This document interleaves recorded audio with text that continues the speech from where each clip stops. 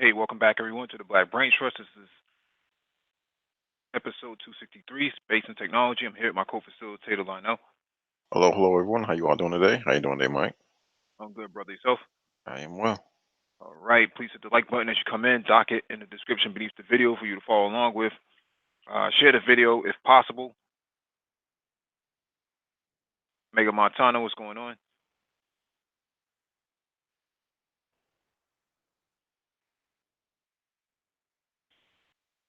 Let me get the first one fired up and get started.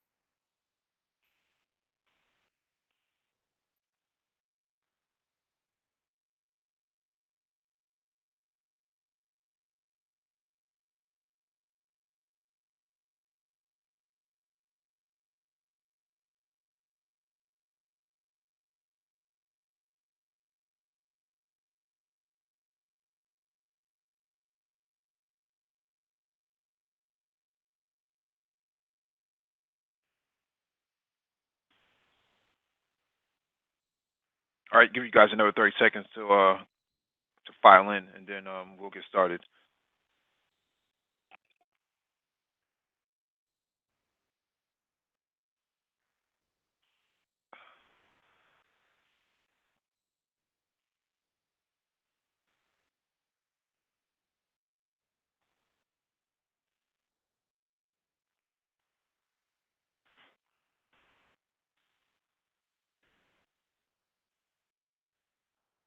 I see Paul be on his New York Sean.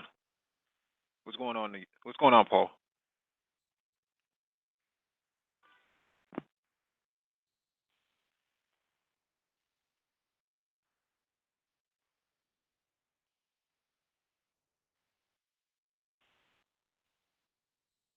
Yeah, I hear you, Paul. I hear you.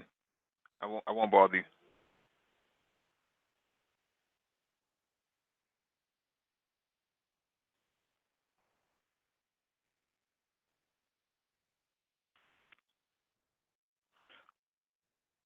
All right, man. Let's get it cracking, man.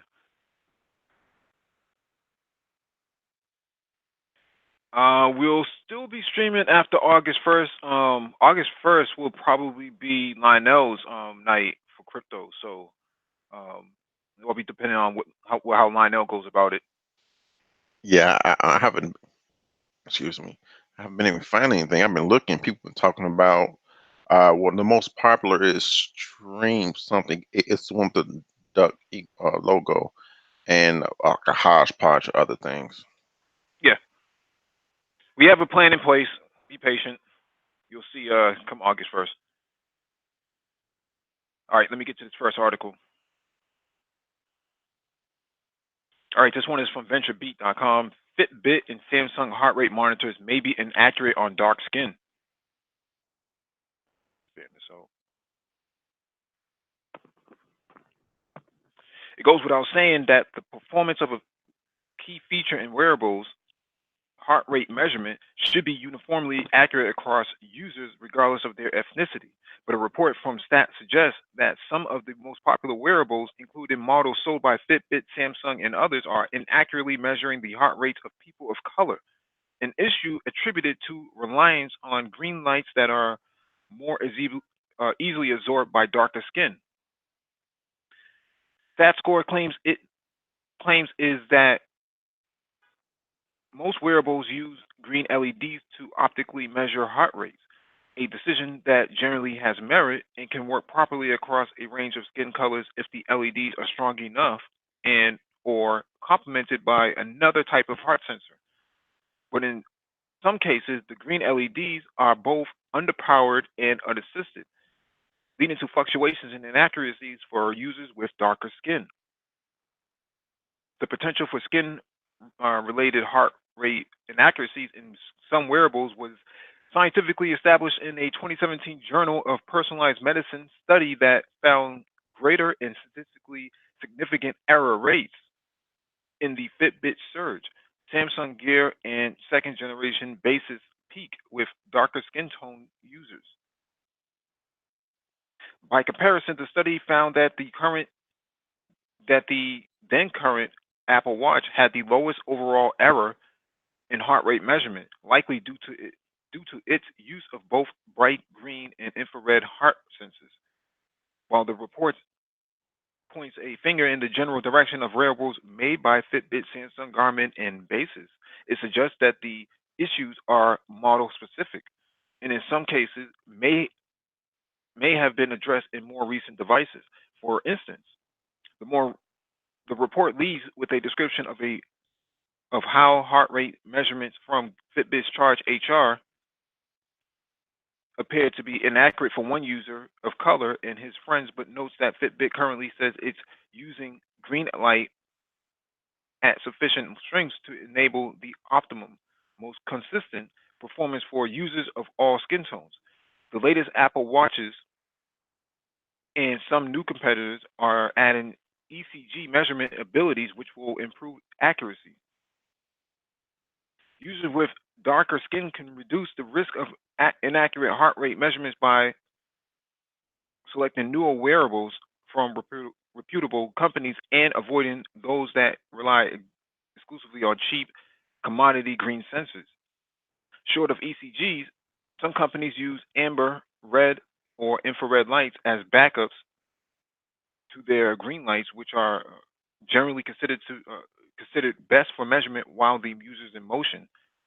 In some cases, users shouldn't consider the current state of wearable technology to be truly clinical grade and should check in with their doctors if they notice unusual heart rate fluctuations. So, this is interesting. I'm guilty of buying my mother a Fitbit, and she does wear it as the one described in the picture right there. So, she has the purple and gold one. So, I do. I'm starting to question the legitimacy of these devices now. I mean, they Yeah, cost a lot of money, but they're not actually doing their job. So as advertised. right. That's a good point. And I have a Samsung Galaxy Watch, and my mother has a Fitbit. Um, my daughter, she has the iWatch, and I didn't know that. Well, obviously, a lot of people didn't know that. We know that black skin, um, what's what I'm looking for, absorbs green light. Um, putting two and two together, most people didn't don't normally do that, but this is interesting. It's interesting to know that they started with this say that apples had the least amount of um, ill ill readings, but that's not to say, like the article said, that that's not to say that these are clinical grade, but it is interesting, little tidbits. Yeah, because you have a demographic that you advertise to, but it actually doesn't work. And I'm wondering who did they do the testing on? Yeah, obviously. We can really imagine who Samsung did the testing on because they're a South Korean company, and mainly you know it's pretty South Korean across the board. But Apple, well, yeah, you can throw Apple in there, and other companies that sell these type of wearables, you have to question the crowd of people that they chose to test this product on. It's pretty interesting.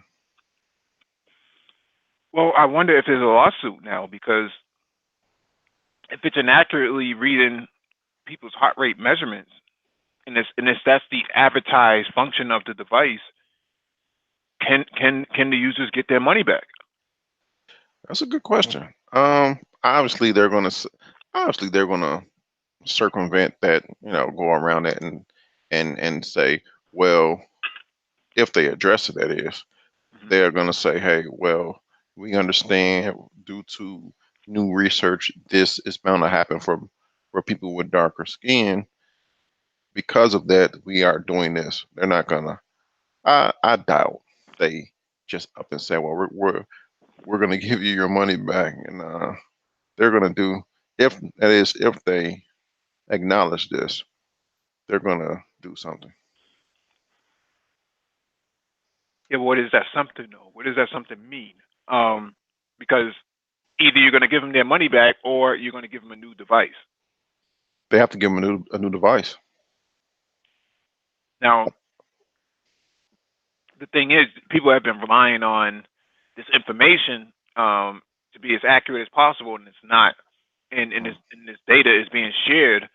We don't even know where, right? So let's say a black person is at work, right? Because they do have Fitbit for work, right? So people compete at work, and if you have an office full of people from all diverse backgrounds, and they're counting how many steps they do per day, they're counting the heart rate measurement and everything, how many calories are burned.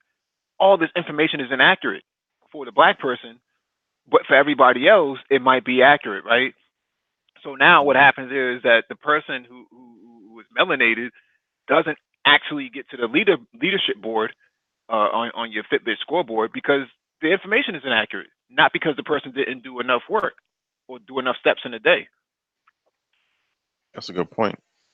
No, this has repercussion through a number of fields and a number of areas. Hmm. But I think it'll be cheaper for them to just give out new devices other than um, uh, give people their money back. And then the question becomes exactly who gets new devices? Because if you're fair skinned, then you see what I'm saying. That's a fine line. Obviously, darker skinned people know that's a no brainer. But the closer you get toward the middle of that color line, then who gets and who don't.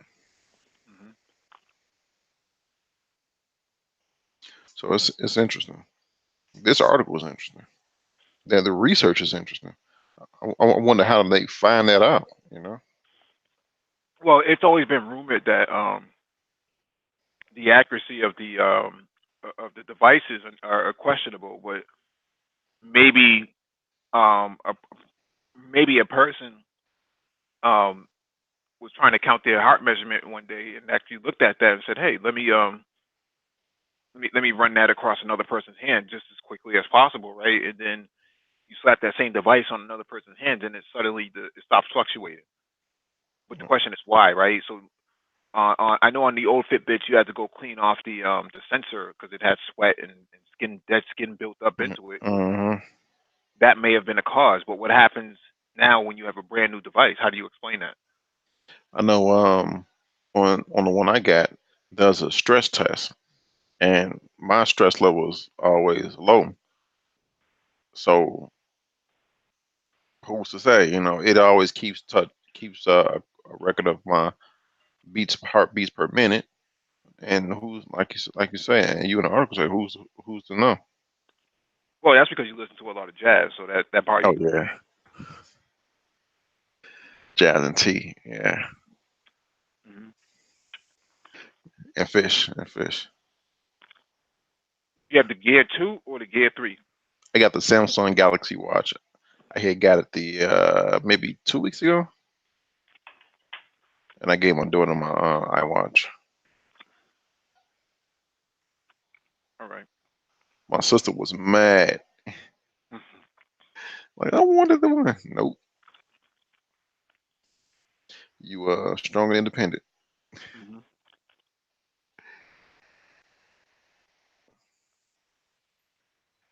Uh, All right. Let me get to this next article. This one is from Forbes.com. The dark side of public blockchains, unintended use. I don't know why. A community of developers are currently combating unattended file sharing use of the XRP ledger.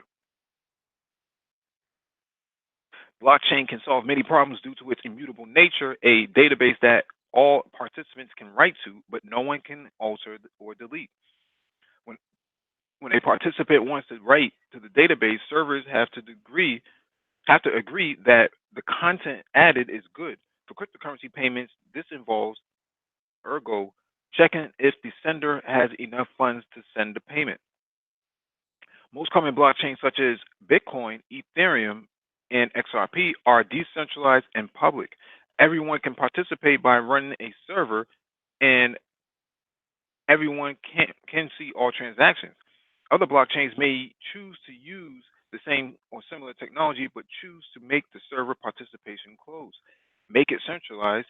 This is a Making it centralized. This is a widespread approach for businesses utilizing the immutable nature of the blockchain to ensure full traceability in all parts of ergo a production. Non-governed and decentralized blockchains for cryptocurrencies is the key ingredient to remove trust from value. The tokens exchange is issued by no one. The decentralized network ensures that all transactions are valid, and the public access means that everyone can participate. No single party can roll back transactions or restore an earlier state of the database. However, the public nature also has a dark side, as we have seen before on Ergo Bitcoin, where Mashable reported in March 2018 that child pornography had been uploaded to the public blockchain.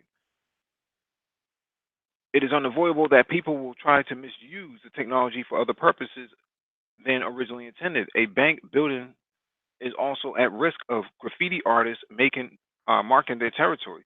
But where graffiti can be washed off or painted over, history is history in an immutable database is undeletable, potentially implicating all server participants of the network in crime by hosting illegal content.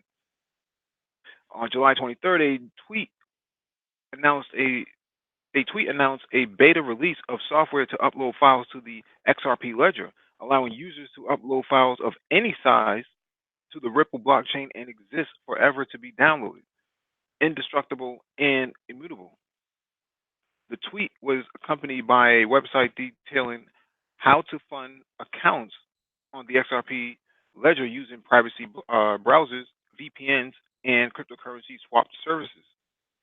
The XRP ledger offers a large throughput of transactions, but with current typical use, it is usually around 10 to 15 transactions per second. However, circumventing the limited transaction size by chunking files in smaller pieces, uploading the pieces and individual small payments, it is not uncommon that a single image is sliced into more than 100 transactions, all added to the network at once, effectively stress testing the network.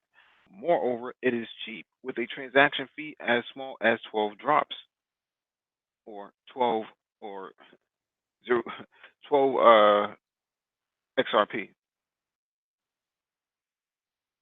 And the payments as small as one drop, a 100 chunk file effectively costs as little as 1,300 drops, equaling roughly 4 cents.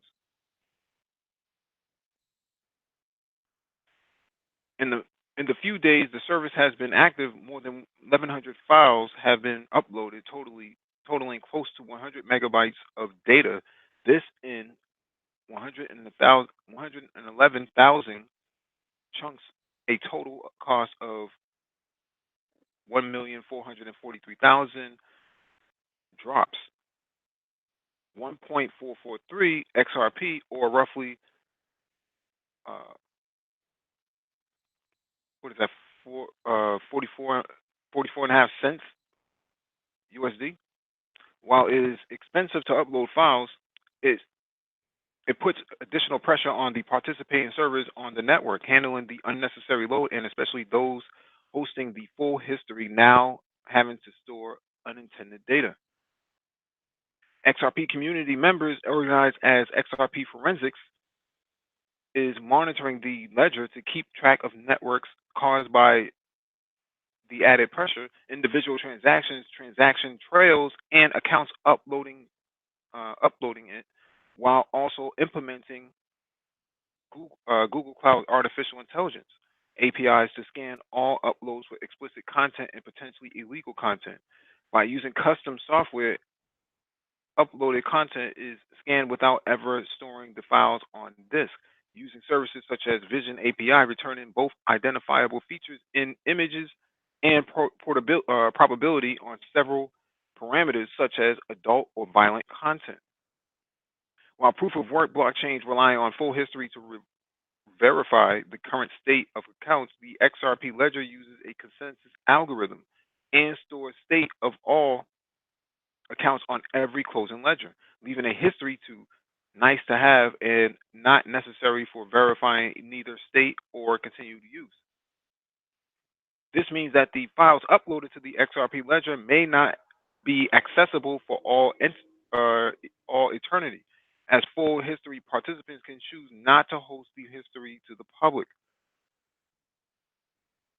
While the XRP ledger will always be censorship resistant, server participants on the network could also resort to using third-party intelligence tools and or middleware to protect themselves from serving such unattended content.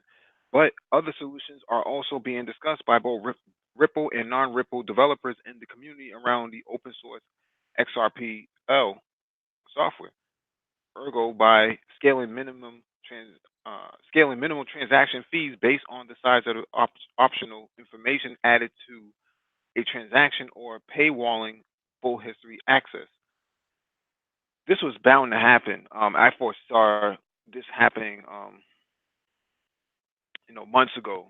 That eventually this would public blockchains would be contaminated, cross-contaminated, and cross-pollinated from cross-pollination of people adding junk to the blockchain itself.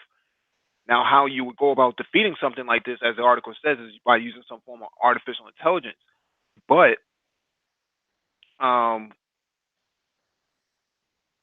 hey, shout out to the Prophet of Thought. Shout out to you. You're going to need all types of web application firewalls to do stateful packet inspection. You're going to need um, IDSs, which is intrusion detection, and you're going to need um, data analytics, a data analytics engine to actually pick up on the sort of data that is being uploaded to actually sniff some of this stuff out, basically like a packet sniffer. You're Yeah. you're Okay. an SME in this online line. What do you think about this? Are Yeah, you I part? read. Yeah, I read another article like this earlier. They're talking about a few things here. One thing is people are going to be spamming the network with these microtransactions, and if with crypto, obviously the underlying technology is blockchain. The blockchain is an updated ledger. It's a ledger. There's information on that ledger, not only who owns what, or who sent what to who. You can also send notes and memos to people. So people tend to spam the network. People tend to spam Bitcoin's network, clogging it up. People tend to spam other public crypto networks, clogging it up because as it stands right now, blockchain can't handle that sheer amount of transactions. Thus, off train, off chain solutions are coming up, such as the Lightning Network, Segwit, Liquid, Blockstream Liquid, and so forth and so forth. And those not specifically those off chain things, but other projects like that's going to be added to other cryptos. I say all this to say, when they span a network, they tend to just spam and send microtransactions. Some people, like the article say, send child pornography, send abuse pics, send just things that can make you a person that has a node and keep up to date copy of his ledger. You, therefore, you're now in possession of child pornography. You're now in possession of illegal paperwork. you're now in possession of something illegal, and now you are breaking the law just because you're holding a node, up to date copy of excuse me, a blockchain. And I agree with you. You need to have some way to prevent that. Other ways you can also prevent that is the addresses that are sending this stuff. You can block them. You can block them from the network. You can ban them from the network. Um, it was something else I was going to say. I forgot, but I'll leave it at that. That's one way. Well, you can also put digital signatures on every single upload, so that way you verify who uploaded it and where did it come from. Because it seems simplistic to just spin up an account, an anonymous account, and then just push the transaction through, or push the transaction through the network, and no one knows where it actually came from because it was anonymous. But everybody praises blockchain for the anonymity, but at the anonymity of it. But at the same time, if the network becomes contaminated with all of this illicit content, then what's the use of it? If we Hmm. can't prevent it, what's the use of it? It's not very useful. And all it takes is somebody to go in there and spoil a network, and you can't roll this stuff back because it's immutable. This Right. is a big problem. This is a big security risk from a cybersecurity standpoint. Um, and I don't know if they would actually prosecute everybody for having illicit content on every single node. I think that's a hit or miss because you don't have any control over it, right? Hmm. You can shake 100 people's hands, but if that one person has, a cold infection or something like that, it's not like everybody should be sent home from work just because they shook that person's hand. That's not fair. I think that you have hand sanitizer for that. So using that same analogy, you would have to have something like that on the blockchain where there's some kind of hand sanitizer, so to speak, on the network. Yeah. Yeah. There's going to be something that's going to come up. That's going to come up to. It's going to come up to remedy all this, but it's this the anonymity of cryptos is both a gift and a curse. So Mhm. you have to deal with the curse side of it, well, of people doing these things just out of spite or just be doing, because you have people that don't like other cryptos. You have Bitcoin maximalists that don't like blockchain, or not blockchain, Bitcoin Cash, Bitcoin SV. You got people that don't like Ripple. You got people, so there is public people, they're looking at these cryptos and they're siloing themselves in tribes. They're like worshiping these cryptos and say, well, you're not better than us. And they just do these things. It's out of spite, so it happens. And yeah, It's basically vandalism. you got, yeah, yeah, yeah. I mean, you see this on subways too, right? You see guys, for whatever reason, um, somebody always takes a marker and they always draw some kind of genital on the train door, on the train window. Why the hell do they do stuff like this? I have no idea. Um, Very weird people. Yeah, yeah. It happens. Whoever comes up with a solution for this is going to be very, very wealthy. Yeah. Could be John McAfee. No, no, no. That dude's a nut, man. That dude's a freaking nut job. He is a nut job for real, certified 100%. I was being facetious. Yeah, I know. I just want to say he's a nut. I'm on record for saying that.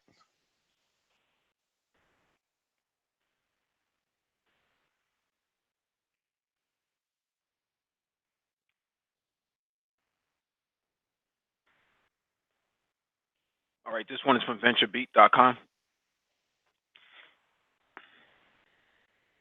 Hey, real quick, real quick. Did you know he was stopped off the coast of Dominican Republic with a boat full of military grade arms? Why it makes what? What's wrong with that? What are you doing, man? He's on this boat off the coast of another nation with military grade arms. Yeah, well, he's in international waters, so it doesn't. He's not violating any laws. No, no, no. He was trying to get into he was about to dock and there. Mhm. This guy's a nut, man. All right, this this one is from VentureBeat.com. Blockchain is finally becoming the next gen database of choice.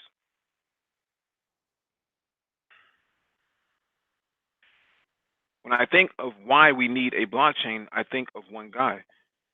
There was a dev we had hired to build a few important parts of our product for us.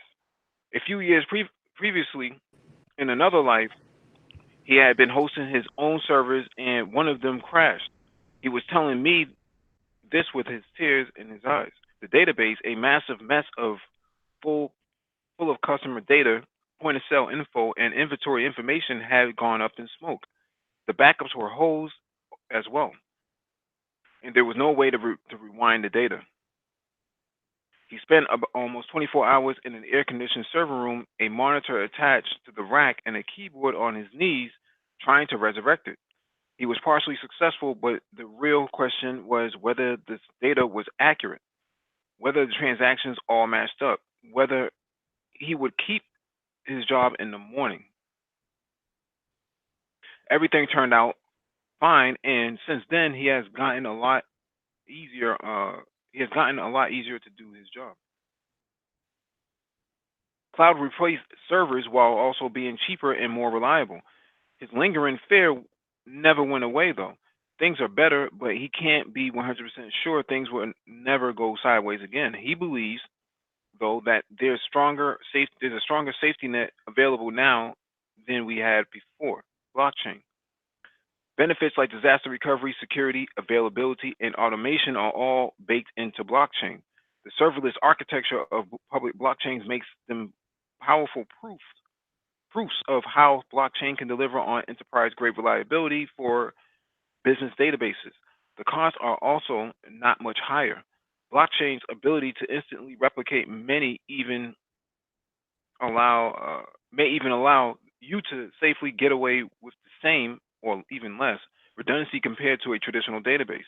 Perhaps the biggest advantage, smart contracts will regulate changes, so a new hire can't throw a wrench into everything.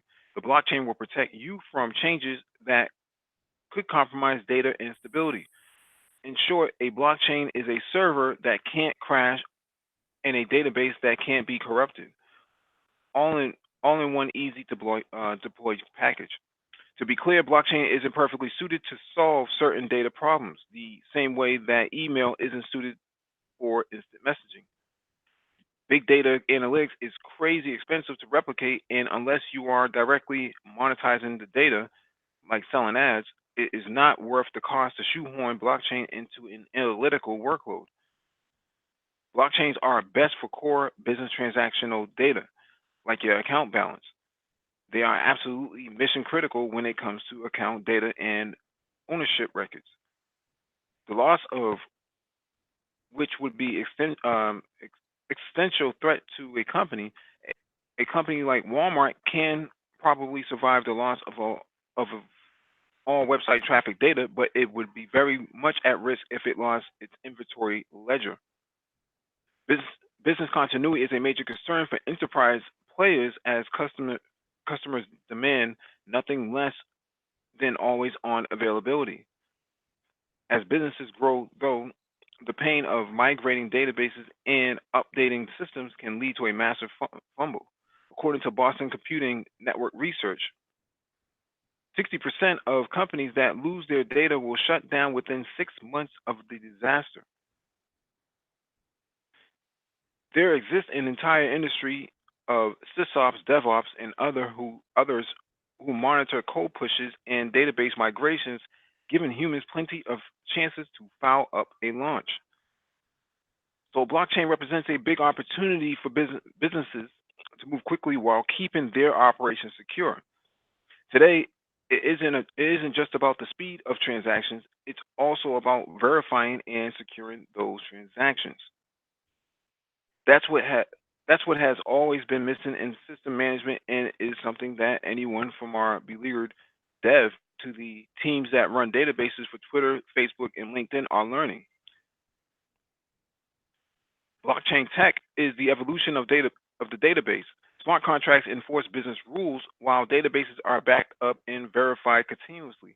All of the infrastructure and computational needs are calculated before deployment, and embedded rules are ensure compliance from day one onward. In fact, it looks a lot like the next generation of what APIs look like. You're encapsulating processes, tying them together with the request for data and expecting results. Right now, the business logic is processed on central servers of some kind. What's innovative with blockchain is that you can take that logic, wrap it as a smart contract, and run it on your own. It still adheres to the rules set by the people who created it, and it must interact as expected. Now, imagine databases on blockchain using the same robust rules. Robust databases that are unlinkable or are killable. You don't have to worry about your main server going down. Replication is built in. Immutable laws exist that you can't lose or change. If you're on if you're on public blockchain, this is as robust as possible, and you don't have to pay for any service. With a public blockchain, your data is stored cryptographically by the blockchain's miners all around the world. If you're on a private blockchain, you may run several replicated systems, or you can own all the nodes. You can also use blockchain on public cloud platforms like Amazon Web Services or Microsoft Azure. The key is that blockchain is built to be replicated again and again. Traditional databases must be migrated in specific, expensive ways under certain conditions to guard against data loss. Ultimately, this is where blockchain really proves its worth, combining the basic elements of security, robustness, replication, and business logic all in its DNA. Smart contracts are safe, distributed, and secure. Your entire data set is more secure this way, too. This is why blockchain promises to be the next generation database.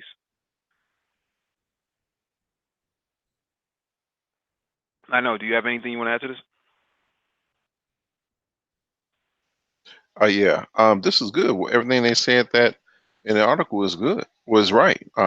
It's redundancy built in. It's a lot of current technology that's built in into excuse me into blockchain that is rolled up into the workforce right now. That's rolled up into one. Hmm. It would have saved a lot of that guy's time to get back or to try to save a lot of data that was lost because those that data was corrupted, because that data was lost. He could just, hey, okay, this copy of the data was lost. Let me uh, we're still safe. Everything's still safe. Let me replicate the data from this um, ledger or this part of the blockchain, and let me not reboot, but reinstitute another instance. So to secure the data even more, replace that one. So it's it's right. I agree. It's not too much that you can really disagree with it. This is one of the ways blockchain can be implemented. One of a variety of ways. You know. Yeah, how you doing, Agon? Hey, what's going on, Lionel? What's going on, Mike? Hey, what's going on? Yeah, I would have to agree with everything what Lionel said. Yeah, this is it is very robust. Looks like these guys are kind of moving forward with this.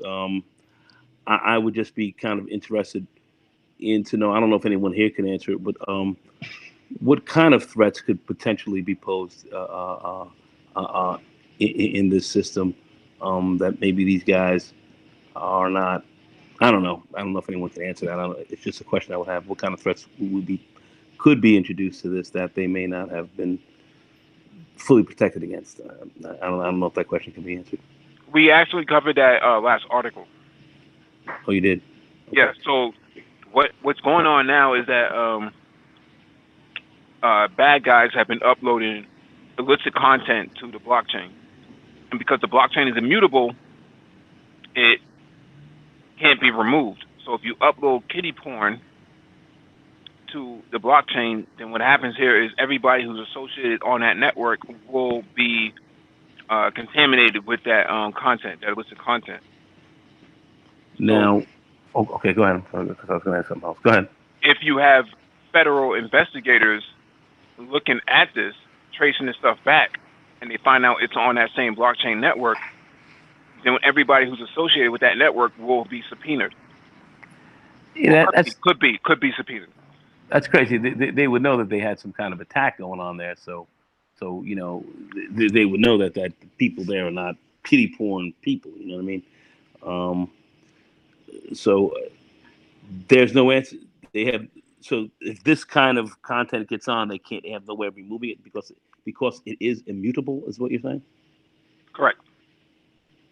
Well, what dictates its mutability? Can it be? Can that be somehow removed or backcoded in some way and removed? No, it's baked into the code. Well, excuse me. Wow, Mm-hmm. that is blockchain. It can't be because since you have a number of people holding the same ledger, Hmm. and Mm-hmm. it's like a 2/3 agreement of, okay, this Mm-hmm. is the ledger. So what you have to do is convince 2/3 or 51% of the people Mm-hmm. that hold a copy of that ledger, excuse me, that you want to erase what happened on this date, and you have to, well, like I just said, you have to convince everyone that if it's a private blockchain, then it's easy to do. But if it's a public blockchain, you're going to have people that say, no, we don't want to do that. And then you have all this commotion. So by it being immutable, that is blockchain. It's an immutable. It can only be updated. They call it curd, continuously updated. Something I can't remember the other R and the D, but it's continuously updated. It can't be over past information cannot be overwritten on public blockchains.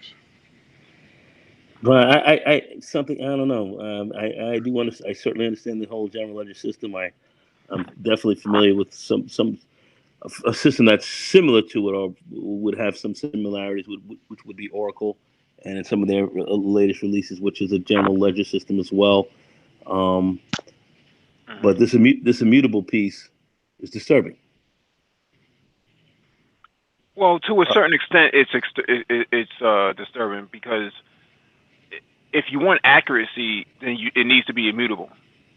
If you're talking about sending out IRS um, W-2s and things like that, there needs to be some form of immutability there so that they can't be modified by bad guys. Mm-hmm. Mm-hmm. Now, on the flip side, the con behind it is that yeah, the bad guys can exploit its immutability by Right. That's pumping up the nasties up there. So um, the way you would go about this from a cybersecurity standpoint is that you would have to have some kind of digital signature added to every upload, and that would verify who's who and what's what. So not everything could just be pumped up there like a file sharing system like FileZilla or Kazaa or something like that back in the day, BearShare. The thing is, no one has implemented these sort of security measures at the front at the onslaught of it. So now it's just its most dependability behind it is actually its weakest point. hmm. So whoever comes up with these security measures such as um, intrusion detection, or IDS for that matter, or WAF, which is a web application firewall, Yep. um, Mm. which is what we use to protect databases, anyways, um, and also uh, not antivirus, but endpoint protection. So basically, endpoint protection would determine, based off of signatures, that if there is something that matches that signature, such as illicit content, whether it's kitty porn or adult porn or whatever it is, that would be blocked immediately. It wouldn't even be able to be written. Mm. Okay. Hmm. Okay. So okay. Okay. So they do have some some potential prophylaxis for this. Is what you're saying? No, not necessarily. There's the community is thinking about this right now as we speak. So, how do they go about it without adding um, extensive amount of time to the transactions? Um, slow performance slowdowns and things like that. That all of that has to be taken into consideration. And if you can't do that, right? If you have to add all of this to it, then what happens here is people become less trustworthy of the blockchain that in general and overall. Hmm. So to authenticate that this stuff it's could they put on what would be considered something like they do on a dollar bill, almost like a watermark or something of that nature? Yeah, that would be a digital signature. That would be a okay. Hmm. All right. Hmm. Yeah, it's definitely a concern.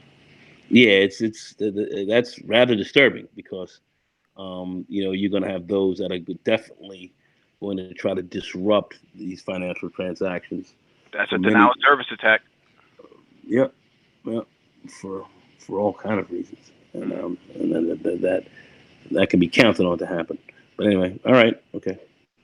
Yeah, you get a nation state that's at war with another nation state. They go in there and contaminate the blockchains, and that's your corporate networks and your financial networks are offline. Yep, and it screws up the whole money game. So you've got real issues. That's a very effective form of warfare, cyber Hmm. warfare. Yeah, it's a it's a little bit disturbing. That's all I'd say about that. But all right, gentlemen, go ahead. Thanks, Mike. All right, this next one is from TechCrunch.com. Elk, a blockchain dev board for decentralized IoT, launches on Kickstarter. Hmm.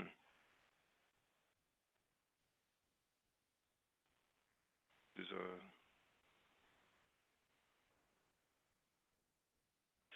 hardware developers toying with the idea of building physical stuff that can plug into the decentralized world of blockchain should point their eyes at Elk, a dev board in the making that's been designed to support all sorts of IoT projects with a blockchain flavor, such as, for example, a connected door lock that doesn't demand that your ability to access your own property be dependent upon the uptime of servers of a remote corporate giant, nor your comings and goings be logged by a commercial third party.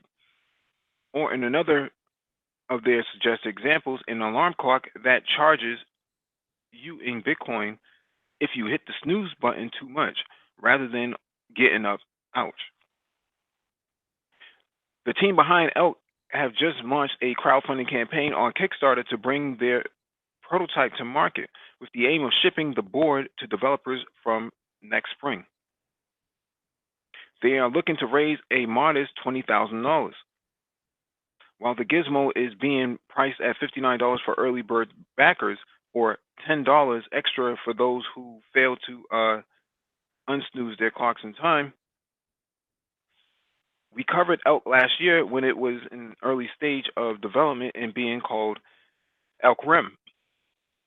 At that point, the team hoped to get the device to market before the end of the year. As it turns out, it's taken them a little longer to feel ready to fire up a crowdfunder, hitting various challenges along the way. It's worth flagging it's not the team's first product for hardware devs. They grabbed the attention at TechCrunch Disrupt Europe back in 2013 when they got plucked out of the startup alley as an audience choice to participate in our startup battlefield competition, where they pitched their idea to tap into sensors on smartphones as an alternative to Arduino shields. They went on to crowdfund and ship the first shield and are still selling it to this day. So there are a few caveats that can usually apply to the crowdfunded hardware. Here's a quick Q&A with Elk CEO and co-founder Amir Saleh on the team's aim and ambition for the device. What is Elk and what is it for? Elk is a hardware development board for the blockchain and the decentralized web. It combines the simplicity of Arduino with native support for decentralized networks. With only a few lines of code, you can build IoT that interfaces with Ethereum, IPFS, Whisper, and more. Elk empowers developers to build what we call decent IoT. Decent IoT is decentralized, gives us is IoT decentralized. It gives users true control and true privacy and allows entirely new use cases like payments, oracles, selling your data, and much more. With Elk, you can build a smart door lock that can that you can control remotely without relying on a cloud provider that tracks and controls your device usage, or building a charging station that you can rent with Ethereum, or lock money into a treadmill that you can only get back when you work out.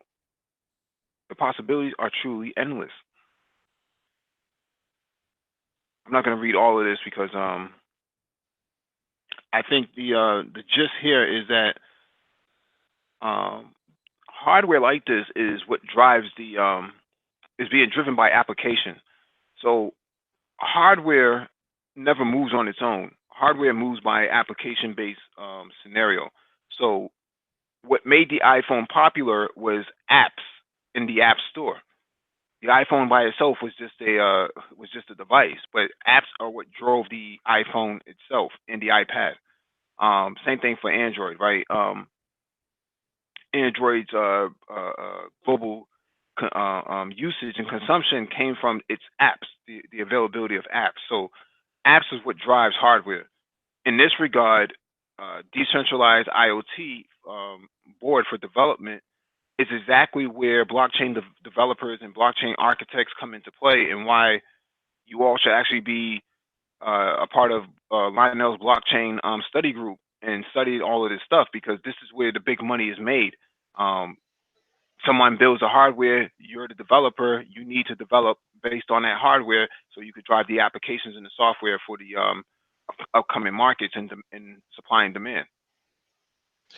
Yeah, this is pretty cool. It's like a gamification layer built into it too. Mhm. Yeah, still in the early stages of blockchain. It's not too overbearing to overcome the learning phase. You can get it, you can understand it. We have people there that are interested in it, wanting to learn about it.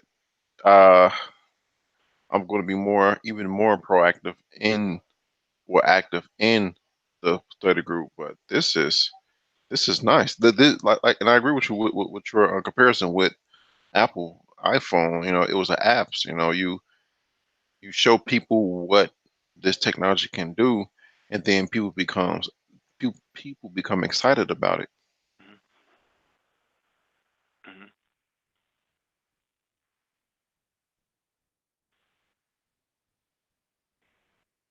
All right, let me get to this next article. Hold a second, Mike. There's a question here in the chat that I actually wanted to read for a second. And someone asked a question, and I think it was AI or Or AL. AL. Excuse me. I'm sorry. Would there be any a way to trace, the origins of such a negative of such negative inputs into the blockchain? So basically, would you be able to track basically where such an attack or something like that could be coming from? My Um, Go my ahead. only thought is from the address it comes from, because blockchain is pseudonymous. It's pseudo anonymous. Real world ID identification is tied to someone's address, public address. So the only way you can track is through someone's public address. If you find out who owns that public address, then yes. But as of right now, as it stands, it's through a public address. No way to parse down deeper to see who where that could be coming from. If you have a will to find out who owns this, do a lot of investigation. Like, say for instance, on my videos, I put my public Bitcoin public address, so this address is belong to me. If you do some type of social engineering to find out, run this address through some type of database or like Google database or something like that, something to find if this address pops up anywhere else, you can do that. But off on the surface, it's anonymous. Well, It's, go and, ahead. yeah, and see, and that's where the security function of not allowing anonymous transactions to take place if you're trying to protect your network. So that's the countermeasure, is to not allow anonymous transactions to happen on the network. If the enterprise or the corporation or the business is worried about being contaminated with illicit content, then that's what they will be looking for. Because this is uh, the best way to describe it is blockchain poisoning. Yeah, yeah, yeah. Um, yeah, that's a good question. Thanks, Al. But yeah, I definitely think that just listen to this, and the more and more you hear, it's a little bit more to be desired here. A little bit more to be desired. That's an attack like that, which would seem kind of simple in some ways. Somebody putting kiddie porn up there would kind of shut things down. Or not Uh, even just kiddie porn, because that has to be investigated. But what happens when they put up, a terrorist like, IED instructions in Arabic or something like that? Average person can't read that. But what happens when intelligence operatives are looking at this stuff and they trace it back throughout the whole entire network? They have to shut it down to investigate it, to do full forensics examination of it. That can shut down your whole entire operation, even if it's just faulty, false, uh, material being put on there. It still has to be investigated by authorities. System as it sounds right now sounds a little bit too vulnerable. So it actually does sound quite vulnerable to me. Every system is vulnerable. Yeah, Let's let's let's for let's sure. let's use But let's use a different example, right? Bad guys now are using people's websites for crypto mining, right? So bad guy pops your website, he redirects his his workload, his workload onto your website, and because your website is legitimate, you're not checking to see if your website is down or if it's been compromised.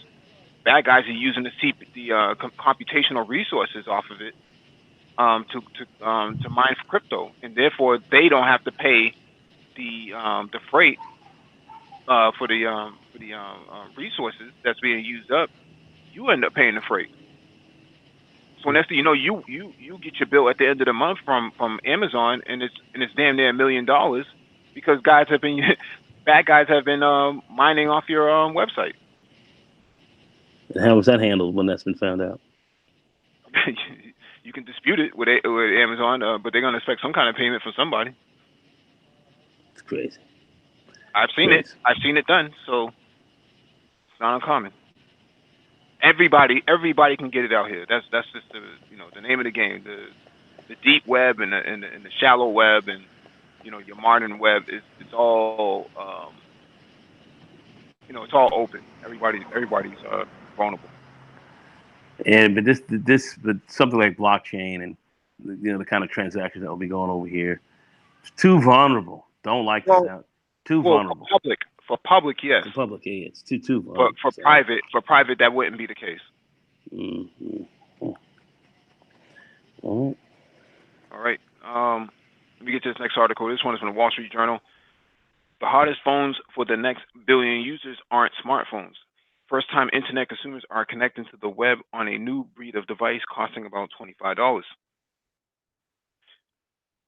Remember flip phones and candy bars? Well, they are coming back. Wall Street Journal's David Pierce explains how a few upgrades are giving formerly dumb phones advantages that could make iPhone users jealous. Let me it's behind a paywall, so I'm not going to be able to read the whole thing. New Delhi, the hottest phones on the world's for the world's next billion users aren't made by smartphone leaders Samsung Electronics or Apple Incorporated. In fact, they aren't even smartphones.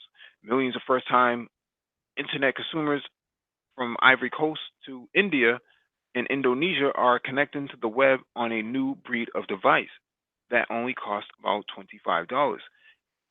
The gadgets look like inexpensive Nokia Corp phones that were big about 2 decades ago. But these hybrid phones, fueled by inexpensive mobile data, provide some basic apps and internet. So what they're talking about is feature phones. And feature phones are essentially, for all intents and purposes, are phones that do basic telephony, but also have one or two advanced features. And these features may be access to Facebook or access to WhatsApp or access to even uh, um, um, what do you call it, banking for that matter, a banking app, finance app, then data app. So they're not meant to be high-powered devices. They're meant to. Their first main objective and goal is to allow for voice-to-voice communication and actually texting. So the third feature of it is the actual social media aspect behind it. So there's a variety of different platforms. I know Nokia has their own operating system that they've built. Mozilla had one based on Firefox OS, and then it got swapped over to Kai OS. We covered all of this back on our African mobile development hangout back in January, I believe, if I remember correctly, back in January. So we did extensive coverage on that, and that's actually going to be the most explosive market when it comes to software developers, mobile developers, and so on and so forth. I say all that because this is where the African continent is going to have at least 900 million to close to a billion users looking at these type of devices to get online. They're not looking at iPhones. They're not looking at Galaxy. They're looking at these feature-based phones that can actually be used for text messaging and telephony purposes. But that one app is going to be able to drive a lot of user interaction. I know you have anything you want to add to this? Yeah, I've seen reports of this already happening in South America in these dumb phones in Venezuela and a couple, well, mainly Venezuela, but also a couple other South American nations where they can send money through text via Dash, Marcash, even though I'm stick with the cryptos. But this can also be used for other purposes, just like you stated. Not everyone has a smartphone. There's people that still hold on to their flip phones. There's people that still hold on to their dumb phones, and now it seems like that those dumb phones are now getting a second life. Because the battery life goes for like 30 days. It does. It does. I mean, how can you beat that? I mean, if you're out in the village somewhere and you don't have access to power every single day, you may need that phone to last the next 2 or 3 weeks without a charge. Hmm. Um, This this should make Samsung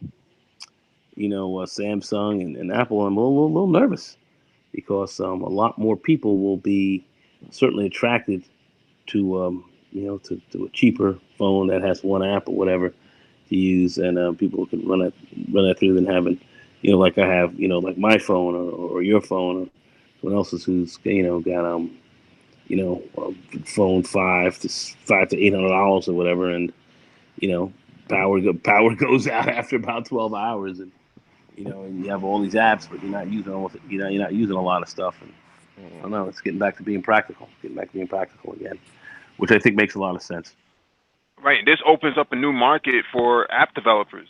You know, Mm. what is that one app that everybody can actually use, on the continent or even in South America, Latin America, that's going to actually drive their day-to-day necessities and usability. That's where this is starting to come down to. What's necessary? I think WhatsApp is a big one. I see because whenever I'm talking out of Brazil or anyone in South America, they're all on WhatsApp. They're all on WhatsApp, man. Hmm. WhatsApp is like that's WhatsApp. So they're all over that. And people are on Facebook. I know people are also they use not so much Twitter, but we'll say on Instagram. But it seems WhatsApp, you can send videos and everything else like through it. So it seems to be pretty big there. I'm just going, as I deal with my limited international kind of deal, and that's mostly people in Brazil. Hmm. That that's what I tend to see. A lot of it. Everyone's got WhatsApp. Everything is on WhatsApp. Right. And what's really driving a lot of this is going to be uh, text text to text to automation. Mm-hmm. So if I dial like let's say I dial pound hashtag 899 star, that can take me to um, some website that has a functionality that sells goods, right? And it may tell me a variety of things: push one, push two, push three, push four, push five, etc. For all of these features that the website may have. And let's say I need a bundle of goods, and it says, in order to check the inventory, press two. In order to check, the status of it, check, press three. So on and so forth. You don't need a smartphone for that. All you need is a dumb phone for that, or a feature phone like we're talking about here. And that could be the difference between. 'Cause you have to remember that an iPhone or an iPhone costs like $700 outside the United States, $800. If you're sitting in a village, you don't have that kind of money. You don't have $100 a month to pay for a voice and data plan. Nope. $5 for voice and basic data is all you really need for these dumb phones. Nope. And what happens here is that $5 a month is like 20 cents a day for a person in the village, which means that if they only make $3 a week, that's all they can afford. Then that's you know you do the math and it makes sense why this is logical and Yeah. why we need to be focused on building apps that service outside of the first world products such as the iPhone and the Galaxy, and focus on these third world sort of issues by leveraging that sort of technology. But we went over a lot of this stuff on back in January on our African mobile OS developers hangout. All right. And it's pretty simple. We're talking JavaScript, we're talking Python, and we're also talking what C++. So you're not really we're not talking about anything tenuous. You don't need to know Java per se. Um, these are all high level programming languages that you can actually learn in a few weeks to a month and actually be developing apps. Right. Right. So you would need something like C# or anything else like that. No, Um. these devices don't run off of that. They run off of very basic JavaScript and Yep. C++ and Python. Gotcha. I think you can run Ruby as well. Ruby's probably Ruby. another language as well.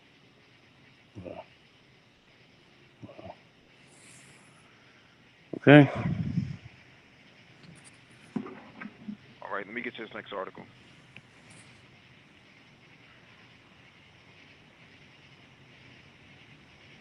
What? What is this?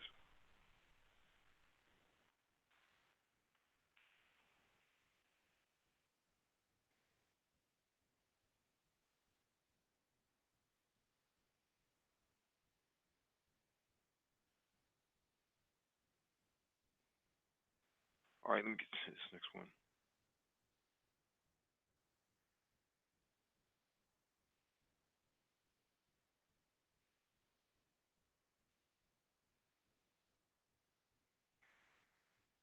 All right, this one is from the Washington Post.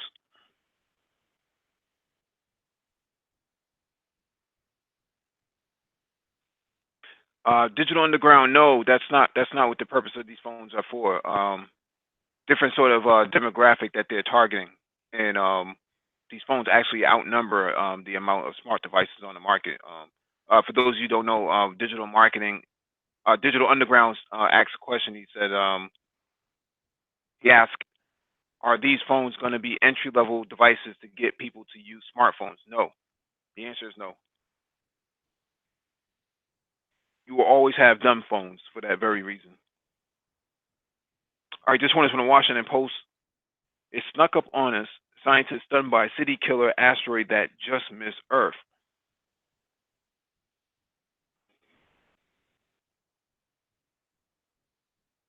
Alan Duffy was confused. On Thursday, the astronomer's phone was suddenly flooded with calls from reporters wanting to know about a large asteroid that had just whizzed past Earth, and he couldn't figure out why everyone was so alarmed.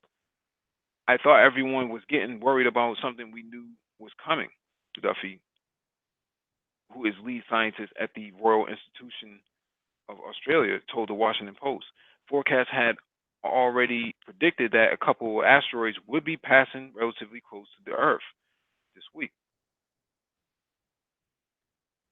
Then he looked up the details of the hunk of space rock named Asteroid 2019. Okay, I was stunned. He said this was a true shock. This asteroid wasn't one that scientists had been tracking, and it had seemingly appeared from out of nowhere. Michael Brown, a Melbourne-based observational astronomer, told the Washington Post. According to data from NASA, the craggy rock was large, an estimated 57 to 130 meters wide, 187 to 427 feet, and moving fast along a path that brought it within about 73,000 kilometers, 45,000 miles of Earth. That's less than one fifth of the distance to the moon and what Duffy considers uncomfortably close. It snuck up on us pretty quickly, said Brown, an associate professor in Australia with Monash University School of Physics and Astronomy. He later noted, "People are only sort of realizing what happened pretty much after it's already flung past us."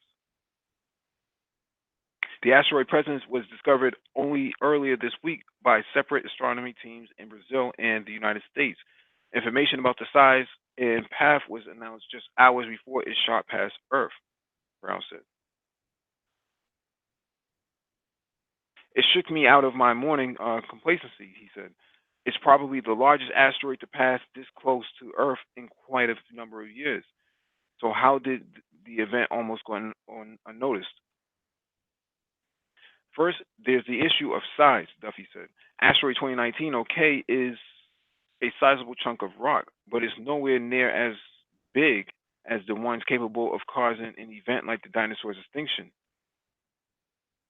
More than 90% of those asteroids, which are more than half a mile wide or larger, have already been identified by NASA and its partners. Nothing this size is easy to detect, Duffy said. In asteroids of Duffy said of asteroid 2019, okay, "You're really relying on reflected sunlight, and even at closest approach, it was barely visible with a pair of binoculars."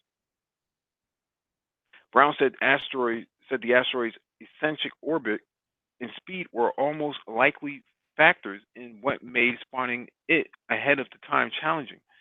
Its very elliptical orbit takes it from beyond Mars to within the orbit of Venus, which means the amount of time it spends near Earth where it is detectable isn't long, he said. As it approached Earth, the asteroid was traveling about 24 kilometers per second, he said, or nearly 54,000 miles per hour. By contrast, other recent asteroids that flew by Earth clocked in between 4 and 19 kilometers per second. It's 8,900 to 42,500 miles per hour. It's faint for a long time, Brown said of asteroid 2019. Okay, with a week or two to go, it's getting bright enough to detect, but someone needs to look in the right spot. Once it's finally recognized, then things happen quickly. But this thing's approaching quickly, so we only sort of knew about it very soon before the flyby. The last minute detection is yet another sign of how much remains unknown about space and a sobering reminder of the very real threats asteroids can pose, Duffy said.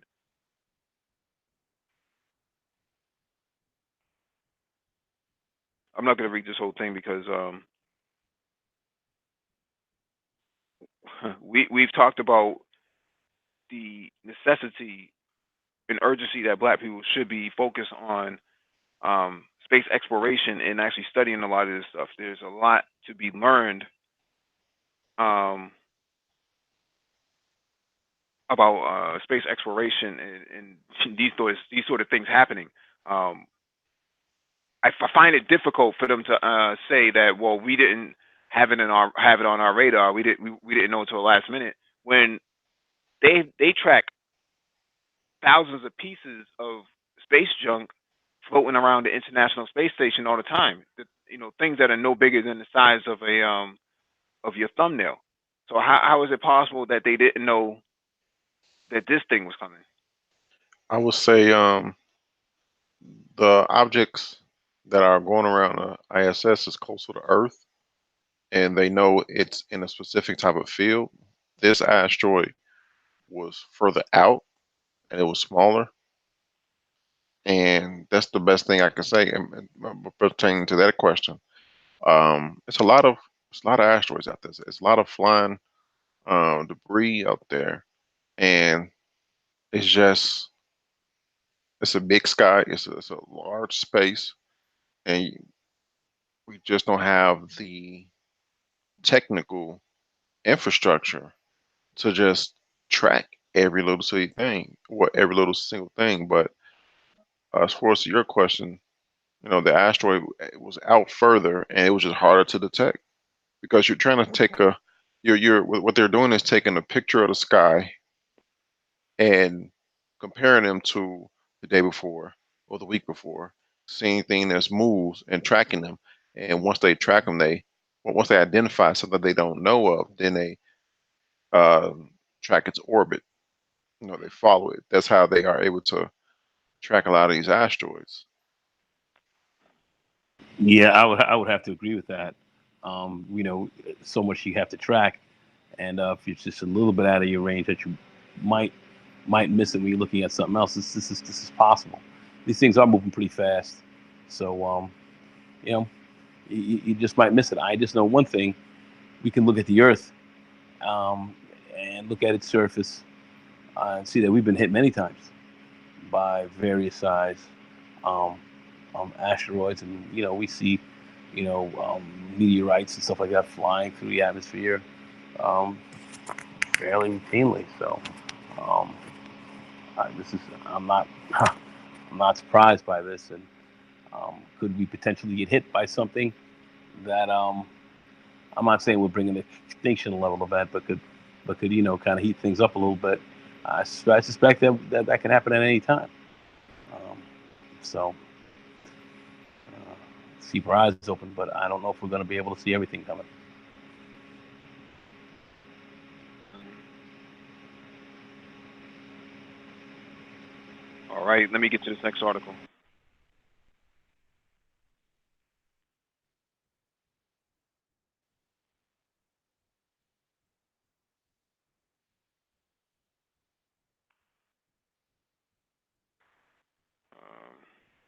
All right, this one is from space.com.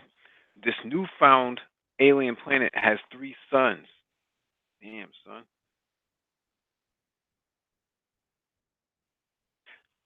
Astronomers think they have spotted an alien planet with three suns on its horizon, but that still isn't the most interesting thing about the strange new world sky.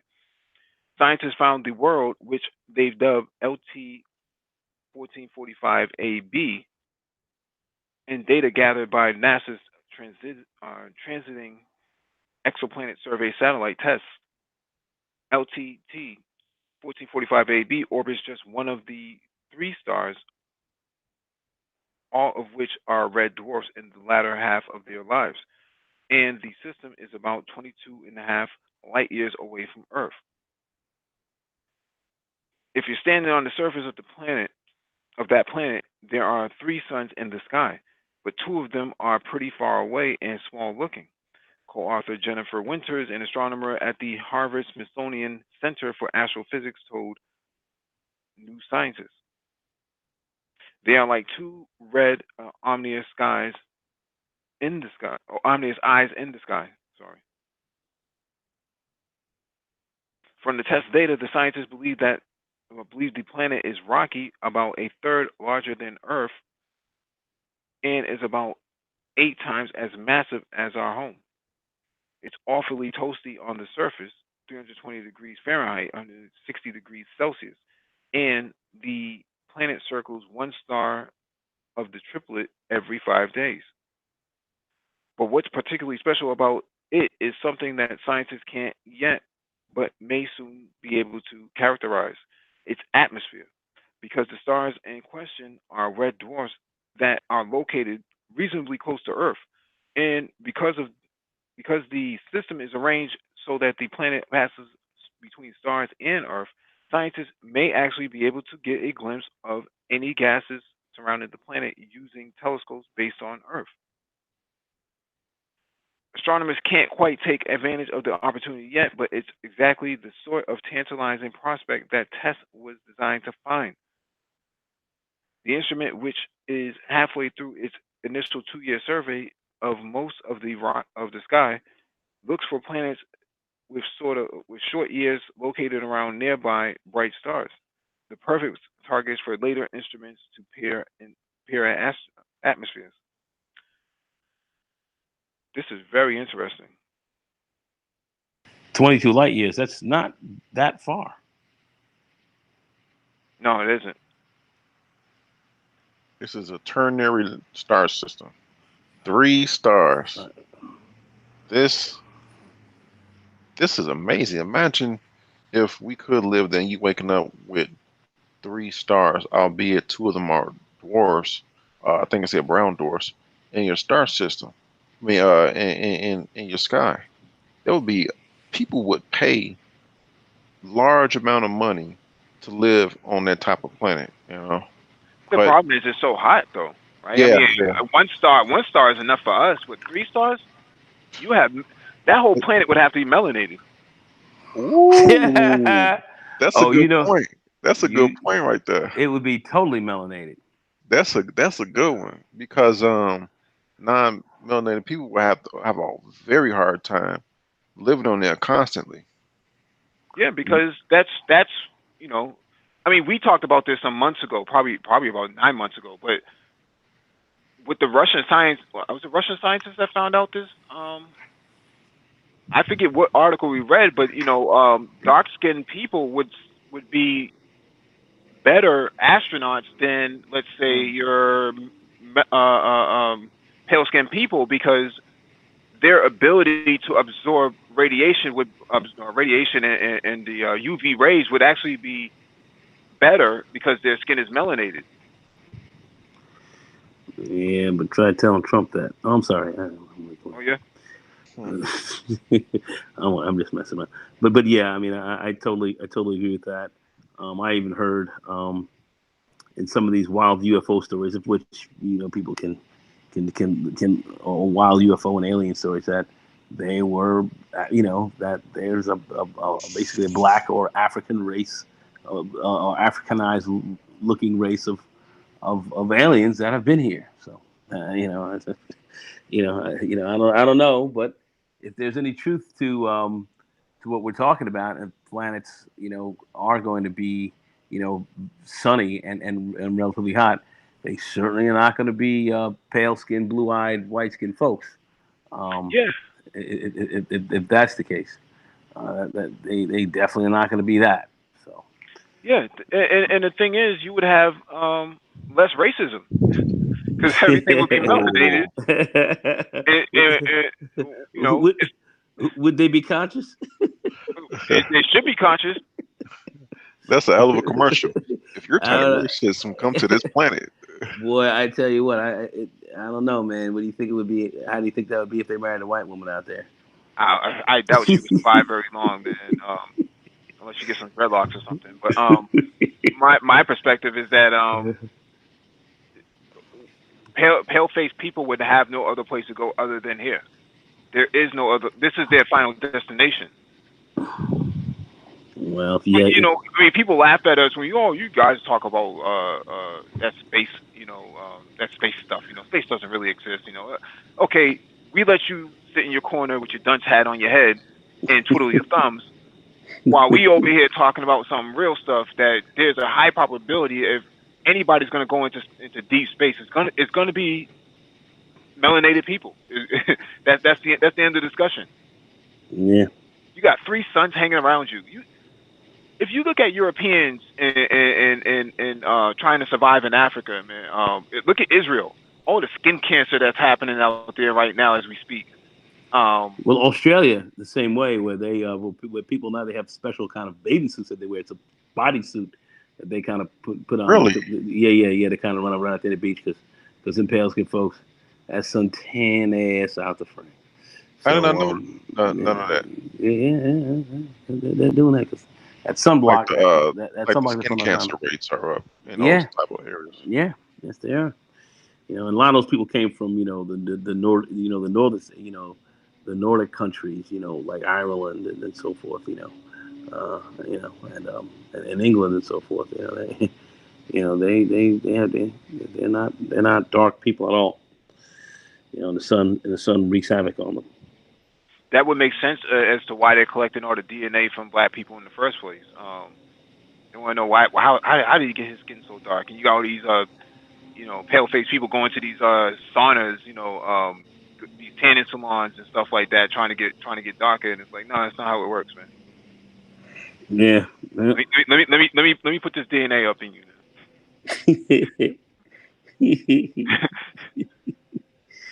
Yeah.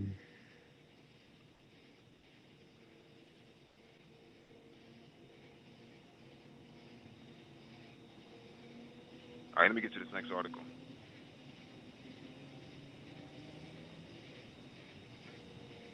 But yeah, moral of the story, man. Y'all need to study astronomy. Y'all need to study space exploration because this is in our wheelhouse of things we need to know. Yeah, it's pretty fun. Yes. Yes. All right, next one is from space.com. Bringing pieces of Mars to Earth in 2031. How NASA and Europe plan to do it. It's a picture of artist illustration of it. Nagon, can you mute yourself, please? I'm sorry. I apologize.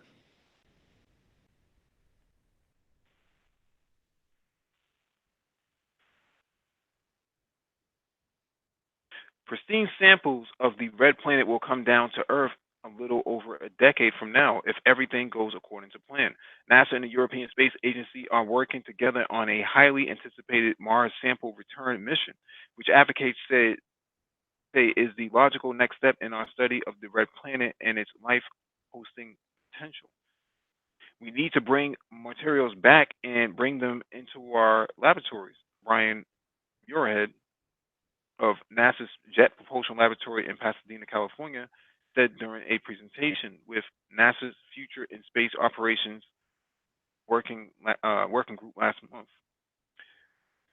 Scientists in labs around the world would be able to analyze such samples much more precisely and in many more ways than a rover could do by itself on the red planet, helping us to understand the history of Mars from a biological point of view, added Muirhead, who leads NASA's Mars sample return campaign. Researchers could even find signs of life in these Mars rocks, which are scheduled to return to Earth in 2031. NASA European Space Agency plan is not yet official, Muirhead stressed, and details are still being worked out. But here's a rundown of the concept as it's currently conceived.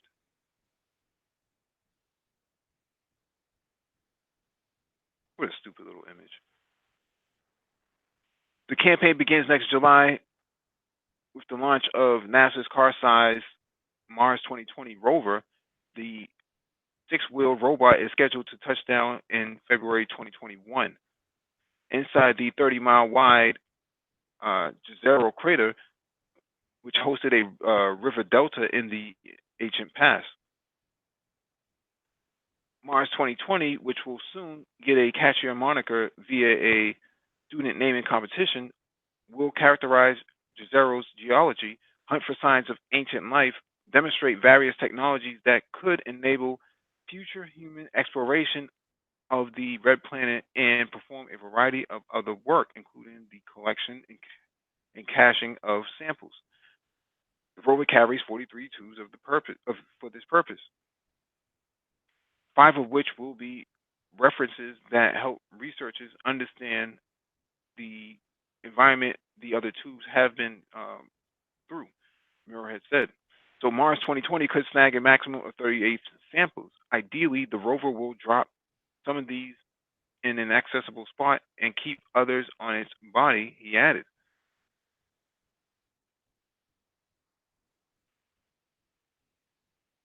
The next big step comes in 2026 with the launch of NASA's Sample Retrieval Lander SRL mission.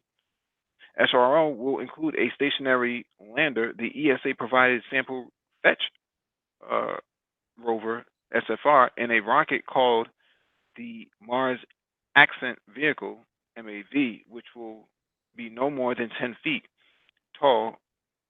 10 feet tall, Muirhead says. The mission, which will touch down near the Mars 2020 landing site, and the SFR will hit the red dirt. This little robot will be smaller than NASA's golf cart sized Spirit and Opportunity rovers, and it will leverage technology developed for European Space Agency's Life Hunting ExoMars rover, which is scheduled to launch toward the red planet next summer, just a week after Mars 2020 does. The SFR will carry no science instruments, Muir has said. Its lone job, as its name indicates, will be to get samples dropped by Mars 2020 back to the lander, where they will be placed into the basketball-sized orbiting sample container, or OS. The sample return campaign is complex, so it's even heavier on the acronyms than most space missions are. If Mars 2020 does indeed hold on to some of its collected samples, the bigger rover could roll over to the lander as well. We've had to design the lander to accommodate both of these rovers coming and delivering tubes to us, Murat said.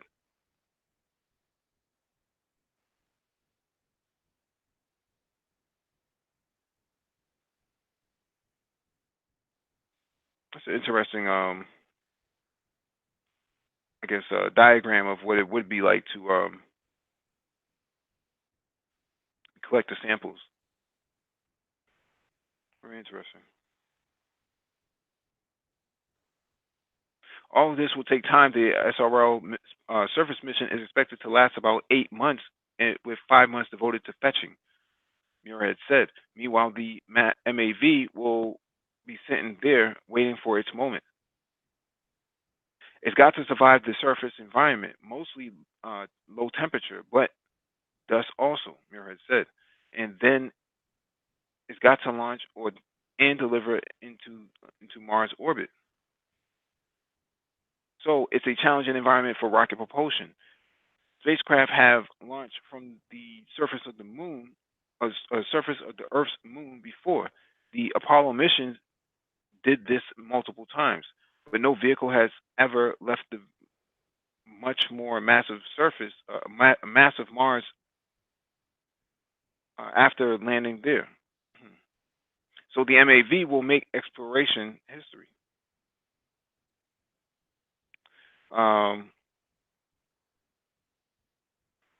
I'm not going to read all of this. This is really in depth. But the point that is needed to understand here is that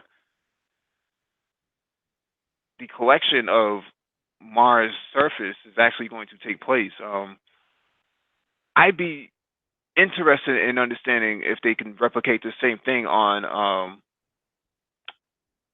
what's the planet? Not the planet. The largest moon outside of Jupiter. Um, Um, it starts with an Io, E. Europa. Yeah, Europa. I'd be That's interested if they can collect from that. be a long journey. It take a longer trip. Um, but yeah, Yeah, that would be interesting. Because that's something that should be checked out. I watched a movie a while back. I don't know if anybody's ever watched this movie called Europa Report. Has anybody ever heard of never this heard movie? of it. What is it?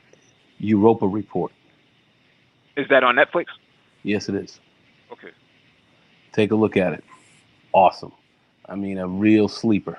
But I think the information that they pulled off of that, because they seem to have gone very close to what a lot of NASA and a lot of the current scientific community that is observing that moon, they really stuck very close to it, and they made some, they made some leaps of faith as well in there. I will say that, but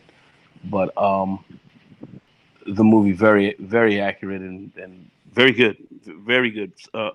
It came out a couple of years ago, but a real sleeper, really awesome. So for the folks who like to look at very realistic movies done about about some of the moons that might exist in our solar system and so forth. That might be a really good one to check out. Yeah, the article is interesting because I guarantee you that a lot of people are going to pay top dollar just to if I can imagine. I think as I said NASA's doing this that they're going to have people who want a sample to come back, because that way they can actually fund it better and easier. Yes, It's going to be top dollar, and that's an early stage of mining. Top dollar will be paid, period, because people are already paying top dollar for fragments of asteroids. sir. Sir. I think the cost benefit to actually scraping that sort of material and bringing it back and then selling it is not going to be all that beneficial for NASA. I say that because if you look at the cost analysis between the European Space Agency and NASA on this project, I mean, you're talking this is probably going to cost billions of dollars just to get this off the ground and actually complete um, in one swoop. And to sell that sample to some rogue person who's not going to do any research on it, man, it may not be beneficial to them. They can always get more than one sample, though. Depending on But how they build it. it's bringing back five. That's all. That's all it's bringing Oh, back. okay. Well, The 38. It's supposed to have 38 samples up there, so it's only bringing back five so that it can. So you factor in that's. I mean, that's that's all. If that's all they can bring back, they're supposed to share that with other scientists. So um, United States would be one, Australia would be two, and then European Space Agency would be three, and then Canadian Space Agency would be four. You know, and then you have Russia and Japan and China would probably, they'll probably share that information with them as well. So I think a lot of that stuff is going to be all divvied up between all of those major nation states. that's a point. Yeah, that's a good point, actually.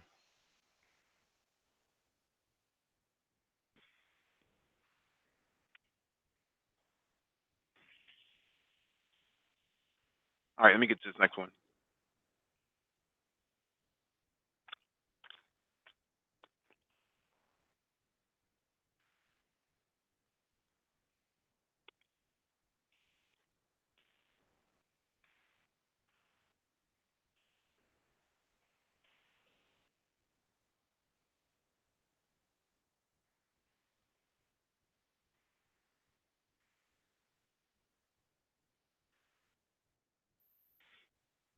All right, this one is from the Atlantic. The Soviet space program was not woke. It's going to be interesting.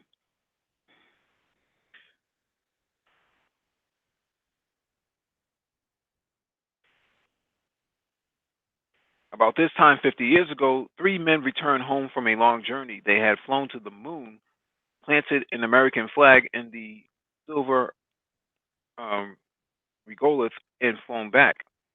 After a decade of jostling, the United States became the indisputable winner of the space race. But the Soviet Union netted another kind of victory. According to a recent story in the New York Times, the Soviets won the space race for equality. The story points out that after the Soviet Union made Yuri uh, Gagarin the first man in space in 1960, Yuri Gagarin. Yuri Gagarin. right, the first man in space in 1961, the government sent the first woman, the first Asian man, and the first black man into orbit around Earth. It took the United States years to reach the same milestones, but the Soviet space program was not as woke as the Times story suggests. Nationalist intentions, not a push for equality, were behind the many first of that era. And focusing on those flashy events ignores what unfolded as after the supposed win.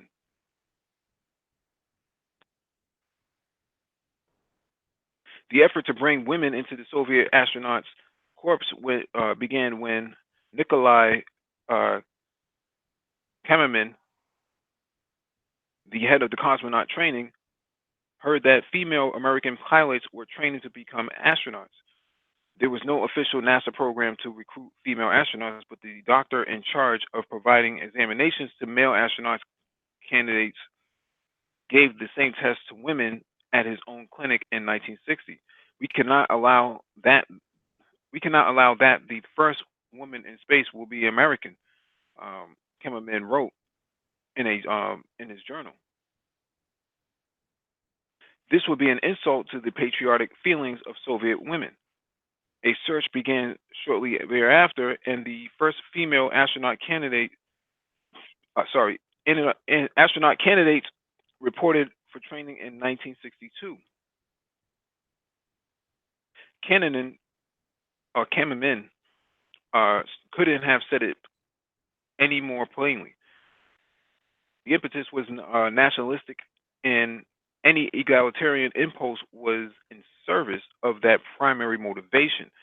Soviet women would fly into space for one of the same reasons that the rockets carrying them did, to beat their Cold War enemy.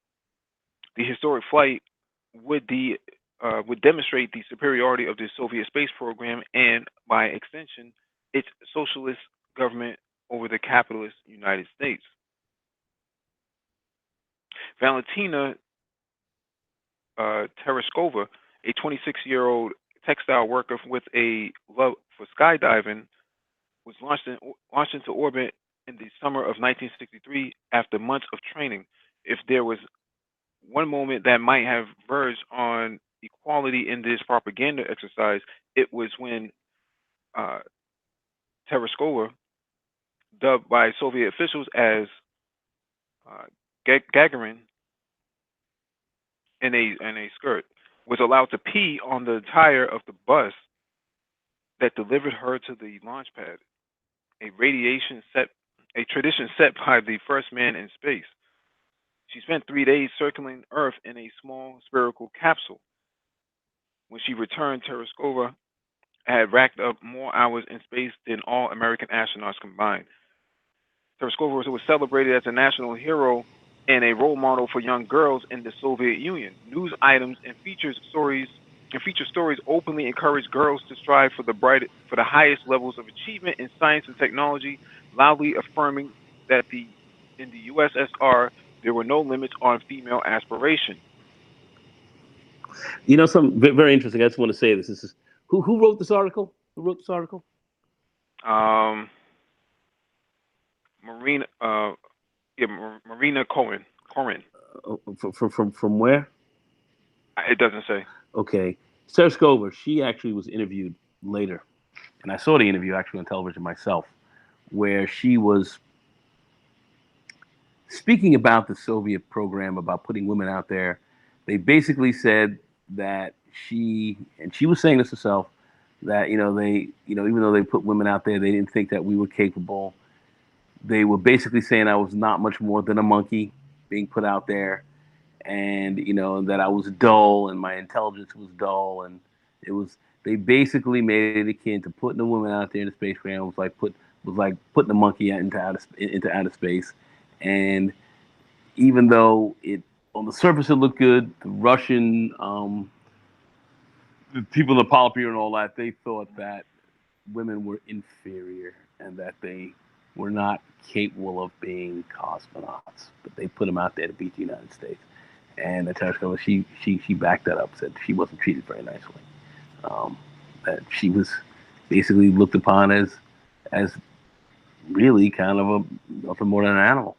That's how they treated her, like putting a monkey out there Hmm. and sailing out of space. So I thought that was very interesting because they don't talk about that, but there was an immense amount of sexism as well, immense amount. Even though they call them equal culture, there was a lot of sexism, and women were not looked upon really as equal. Not really. Maybe they didn't believe in female nature. Yeah. Like I swear to God, boy. Oh yeah. Boy. I don't have any Soviet red pill. comments.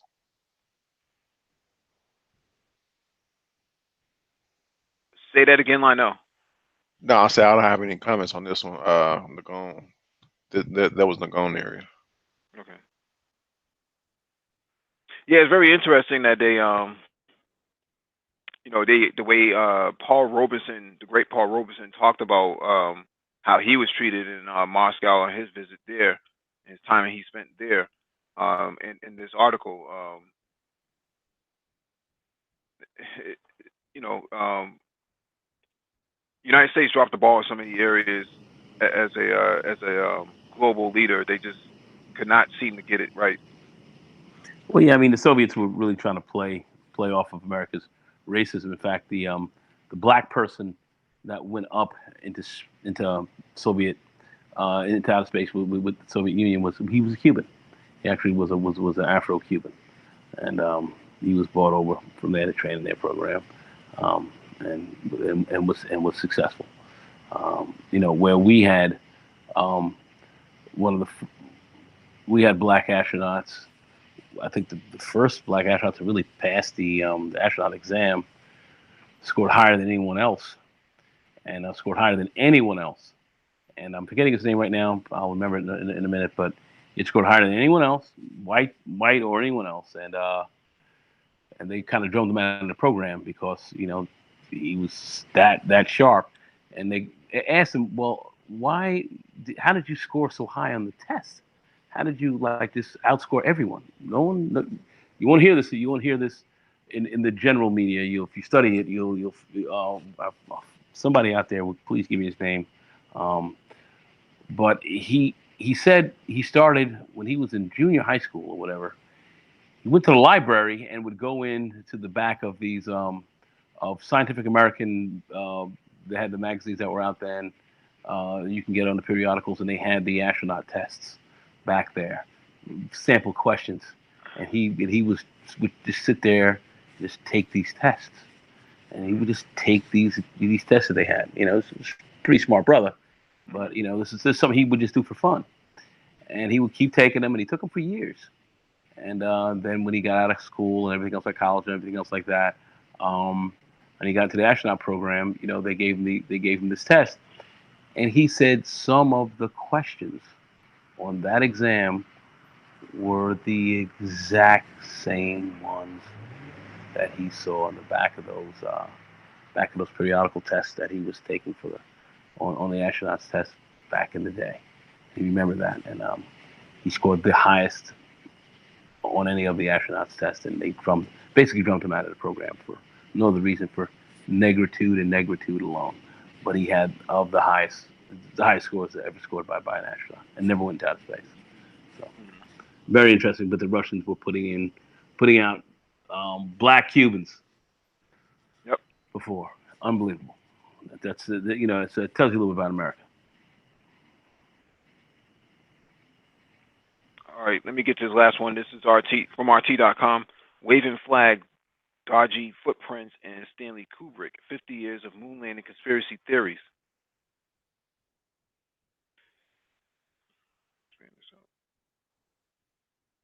Ever since the Apollo 11 mission touched down on the lunar surface on July 20th, 1969, and Neil Armstrong uttered the phrase, one small step for man, one giant leap for mankind, conspiracy theories and debunkings have abounded.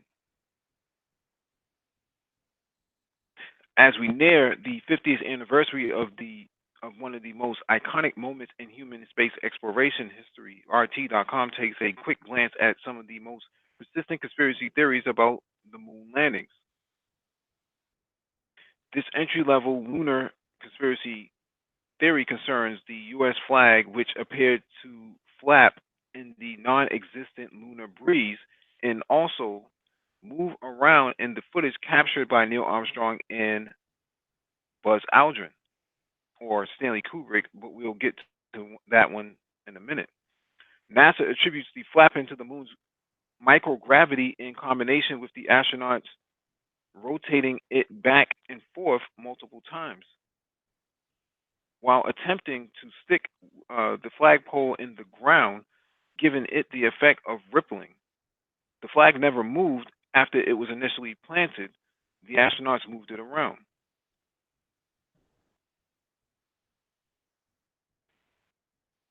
Unfurling a piece of rolled up cloth with soar angular momentum will naturally result in waves and ripples. No breeze required. The Apollo 11 flag has likely fallen over by this point, but flags from Apollo 12, 16, and 17 remain upright, though cosmic radiation has likely bleached all of them white by now.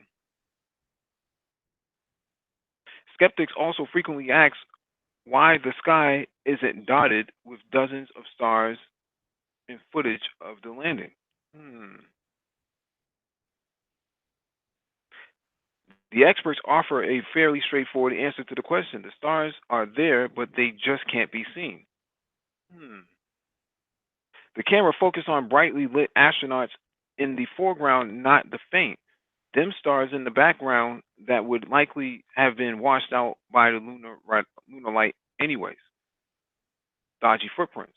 Many point to the discrepancy between the groove footprints left on the lunar surface and the smooth-soled astronaut boots on the display back here on Earth. Interesting. I know one of them I saw, it said Converse on it, but I'll go right past that. There's just one minor problem with that. The footprints were left by the astronauts, lunar overshoes, which were left behind along with a host of other equipment on the lunar surface. NASA wanted to maximize the amount of lunar rock samples that could be taken back by that could be taken back following the mission. So all non-essential equipment was left behind, including clunky overshoes. Hmm. Much like the tedious and intractable conspiracy theories, these first footprints left by man remain on the surface due to the lack of offending breeze, as previously discussed. Stanley Kubrick faked it all. A master filmmaker he may have been, but even Kubrick couldn't have pulled off such a stellar swindle, regardless of how mind blowing 2001 Space Odyssey was. The film was in post production in early 1968, and NASA approached Kubrick to help them stage the moon landings, or so the theory goes. The theory does not address the major discrepancy between the moon depicted in Kubrick's cinematics masterpiece and the alleged hoax videos of the Apollo 11 missions. Kubrick's astronauts don't move like Aldrin and Armstrong did, and spacecraft blow dust around as they land in 2001, which simply does not happen in real life. As again, the moon doesn't have an atmosphere. Future conspiracy theorists from 1995 onward would cite Kubrick's brother Raoul, the head of the American Communist Party, as the time as the leverage. I think this is poorly written. Party at the time as he leveraged you. What is this trying to say? As he leveraged used by the U.S. government to coerce the director into spoofing the world into believing that man had landed on the moon. Just one small snag.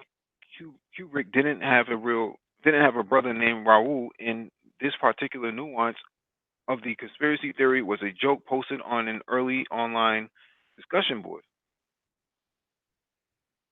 Despite NASA's tireless efforts to squash the dozens of hoax theories that have sprung up over the decades, polls have consistently shown that up to 30% of people don't believe that American astronauts landed on the moon. The U.S. government better keep funding NASA's debunk department. Um,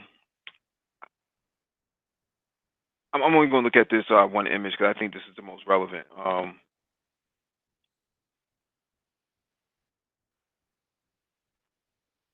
Yeah. Um, where's the wind coming from?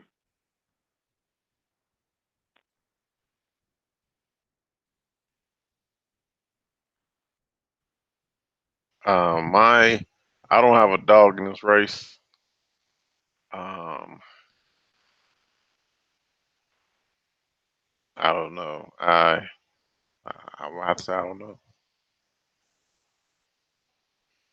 My understanding was that they did that to they put a crinkled flag up there to make it look like a flag, and flag waving.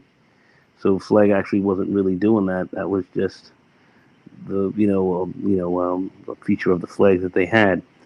I thought this was debunked some years ago, um, because they had shown that what they had done experiments, and they put one of the one of the landing devices there that had mirrors on it, so they could actually fire a laser from some space, from some area here that NASA had, some from some excuse me from one of their observatories, where they could fire a laser onto this, to these set of these mirrors that they had, that they set up on the moon. So you could actually, by the orbit of the moon, you could actually um, get the perfect set of times. So this was about a time device to really set the closest, accurate time that you could actually have through this method, even better, but than what would they say, an atomic clock. So so this was proven that they had these mirrors that there, and they have them on the moon, and this laser fires back and forth at a certain number of intervals per day, to get perfect accurate time. That's what that's is actually used for. So that's my understanding of how this was actually debunked, and people still come up with this conspiracy theory. And once this was proven, that one of the guys who was really pushing the theory uh, of uh, of of the of fake moon landings, they called this guy actually a cultural vandal. He was a cultural vandal, vandalizing the culture, and got caught out there with his fingers in his tail, looking crazy, and and they pretty much debunked it now. Apparently, with the internet coming up again, and the younger generation, they're bringing this up again, of which it seems to be, just more interesting fanfare for the internet for people to waste time on. But I think this has been debunked quite a while ago. So where were the based on some of the items that they supposedly left behind, where are they now? Don't know. Don't know. Don't know. And is anybody looking at where these guys were? Because Aldrin and these guys, they don't even deal with the discussions on this anymore. They're like, this is crazy. What are you guys talking about? So that's what they're saying. So Yeah, it seems very questionable based on the technology that they had back then that they couldn't replicate it multiple times after that. And no one else has been able to do it. And the Soviets had a amazing space program in comparison to the Americans for what limited resources they had. And that being said, the amount of failed attempts for them to get to um, what was that, Venus, if I remember correctly. I mean, but they got to Venus. They hit Venus a couple of times. Yeah, I'm saying that that's been proven that they've done that, but there's no real way to verify whether or not they landed on the moon because there's no, as the picture depicts, there's no stars in the background. There's nothing there. It's just black. And that's a bit strange because you can see everything else from Earth, but why couldn't you see it from the moon? Well, I'm just going on what was said and how they debunked it. And it seems like though these mirrors are there, and they're using that now, and then I think then they say that's about the end of that. But a bunch of other people have come up with all this stuff here, and I don't know what to say. I remember I was a kid. I remember all the moon shots, and we used to have to sit up in our class and watch them. And at my school, and that's about all I can really say. So My supposition here is that they didn't have the technology to do it. Impossible. Impossible for a country that did not have the technology to produce back then had the technology to do it today, and is still skeptical about how they can get there today. They're talking about 11 years from now that they'll be able to get to the moon, or 2035 or something like that. But now they're saying that they was able to do this 50 years ago. Impossible. Mike, the moon is only 230,000 miles away. But they don't have the technology to. Okay. They don't have the technology back then. Impossible. You had an ICBM. You had an ICBM. I mean, they had the rocket technology to blast you off.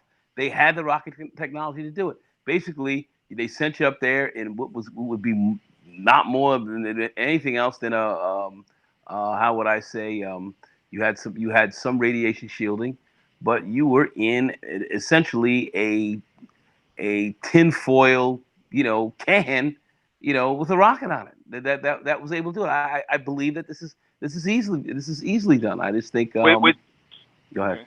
No, I'm asking where did they get the footage from? So the footage is so clear and so crisp that they were able to reproduce. How were they able to do that? They didn't have the camera technology back then to do it. They had the camera technology back then to do it. What are you saying? They didn't have the camera technology back then to do it. Of course they did. There was no way for them to push that many megapixels of image quality back to Earth at that resolution. There's no way they could have done that. Mike, what do you mean? Prove that they didn't. Prove that they didn't have it. What do you mean? Well, the image in the picture that we're looking at, which supposedly came from NASA, doesn't even depict that there's any stars in the background. That's just, to me, if you had high resolution imagery back then, it would have detailed all of those nuances in the background. But they didn't have they don't have it in the picture at all, and they're saying that they lost all this footage. I just find that to be questionable, and very dubious at best. That they had the ability to get there 50 years ago, but did not have the ability to do it in the 80s, 90s, and the 2000s. We have the technology. We just haven't done it. We haven't done it, and what really set us back from doing it, quite frankly, because we were looking at doing a lot more stuff in space, but we had a tremendous setback on 86 with that disastrous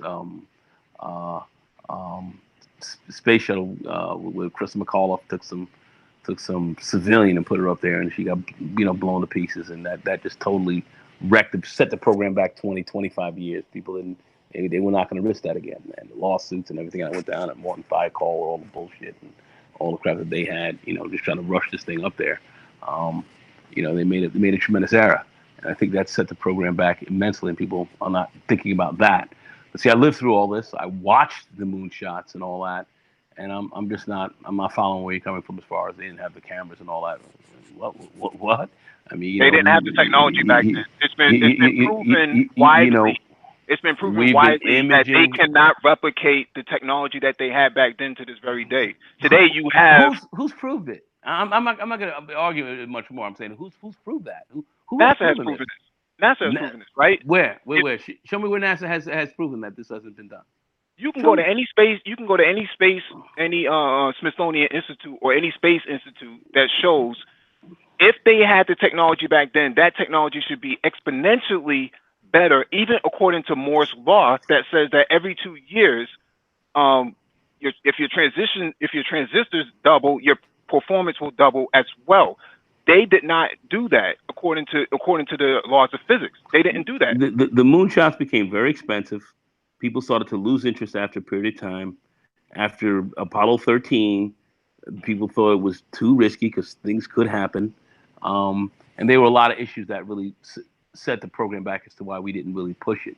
Um, and now we want to come with a much better platform, a much better system instead of flying by the seat of our pants that we were doing back then to really kind of do this thing right. And I don't know if we put the money and the cash towards it. I think we shifted from that to our global hegemony and moved more towards militaristic means. And I think that's where a lot of our dollars actually went to. We put it into the business of war and into the business of armaments. And I think we took our eye off the ball. That that's what I've seen as far as being able to image things and have strong cameras and so forth. We've been back in the '60s we were looking towards trying to look towards the center of the universe with some of the very powerful cameras and stuff that we had and telescopes that we had. But With the I'm just like I said. I mean, if that's what you believe, fair enough. I saw these moonshots and stuff as a kid. Growing up watching all this stuff hoaxified. Don't think so. And when you saw people hitting the moon and walking on it and so forth, you literally saw what was going on. But as I said, if you didn't grow up during that period of time, and now this is all past you guys. I was alive in the '60s and the '70s when we were doing this, watching it on TV, Mhm. and it was it was kind of different. There was a lot that went on. But if you say that we weren't able to do it, that's your opinion. But if you can prove to me that we weren't able to do so, I'd be interested to see that proof. I, well, let's say they did do it. Where's the equipment that we're seeing in the picture here? Why is the equipment still left? If the equipment was left behind, how come we're not able to see that on any sort of telescopes? Well, has anybody looked into those areas? Has anybody looked According where they to landed? Has anybody looked where they landed? according to them, they lost all the details behind it. So Mm. where's the equipment? Like I said, man, we'd have to take a deeper look at that and see has anybody looked in that area. I don't know, and to be quite frank, I haven't been really up on watching this that heavily because I've pretty much dismissed most of this as bullshit. Once again, the big theorists coming up with all this crap, all the conspiracy theorist guys. I mean, it sells a lot of papers and it sounds good, but when you talk to the astronauts, they tell you what went on and they go into detail as to how this was done and we certainly know about Apollo 13. We know about that for for a fact. And I don't know what else to say, except if that's what you guys choose to believe. Fair enough.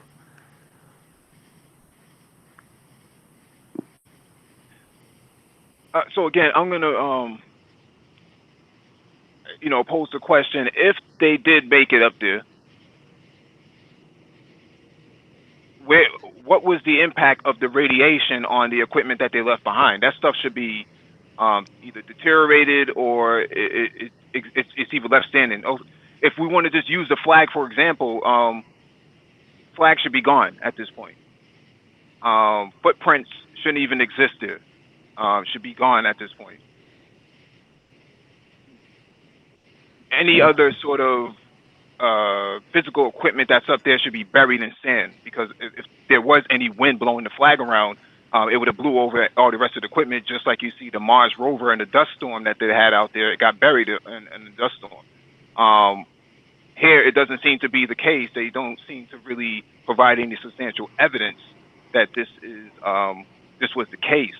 Yeah, you had ICBMs back then that could actually launch and get you out into space. Yeah, you had the Atlas V, but that doesn't prove that they actually made it to this place. In order to The Saturn V, not Atlas. Saturn V. yeah, sorry, and we know just from dealing with the Russians. I'm not no Russian or Soviet apologist, but I'm saying that they failed probably what a dozen times getting to Venus. I mean, then they finally ran out of money to scrap it, but they can kind of prove that they failed multiple times on their launches, and they've provided a lot of evidence behind it. Well, Pretty embarrassing for the nation itself. But when it comes to the United States, this stuff isn't even to be questioned, despite the fact that they did all this documentation and research, but they didn't have any. There's nothing there to really for civilians to even look into. well, Werner von Braun, he was the one who really, spearheaded that whole project. Going to the moon, and there's detailed files on exactly how they went about doing this. So, I mean, there's a lot of information out there. If you guys say, hey, listen, we can't see anything, we can't see any equipment, we don't have anything.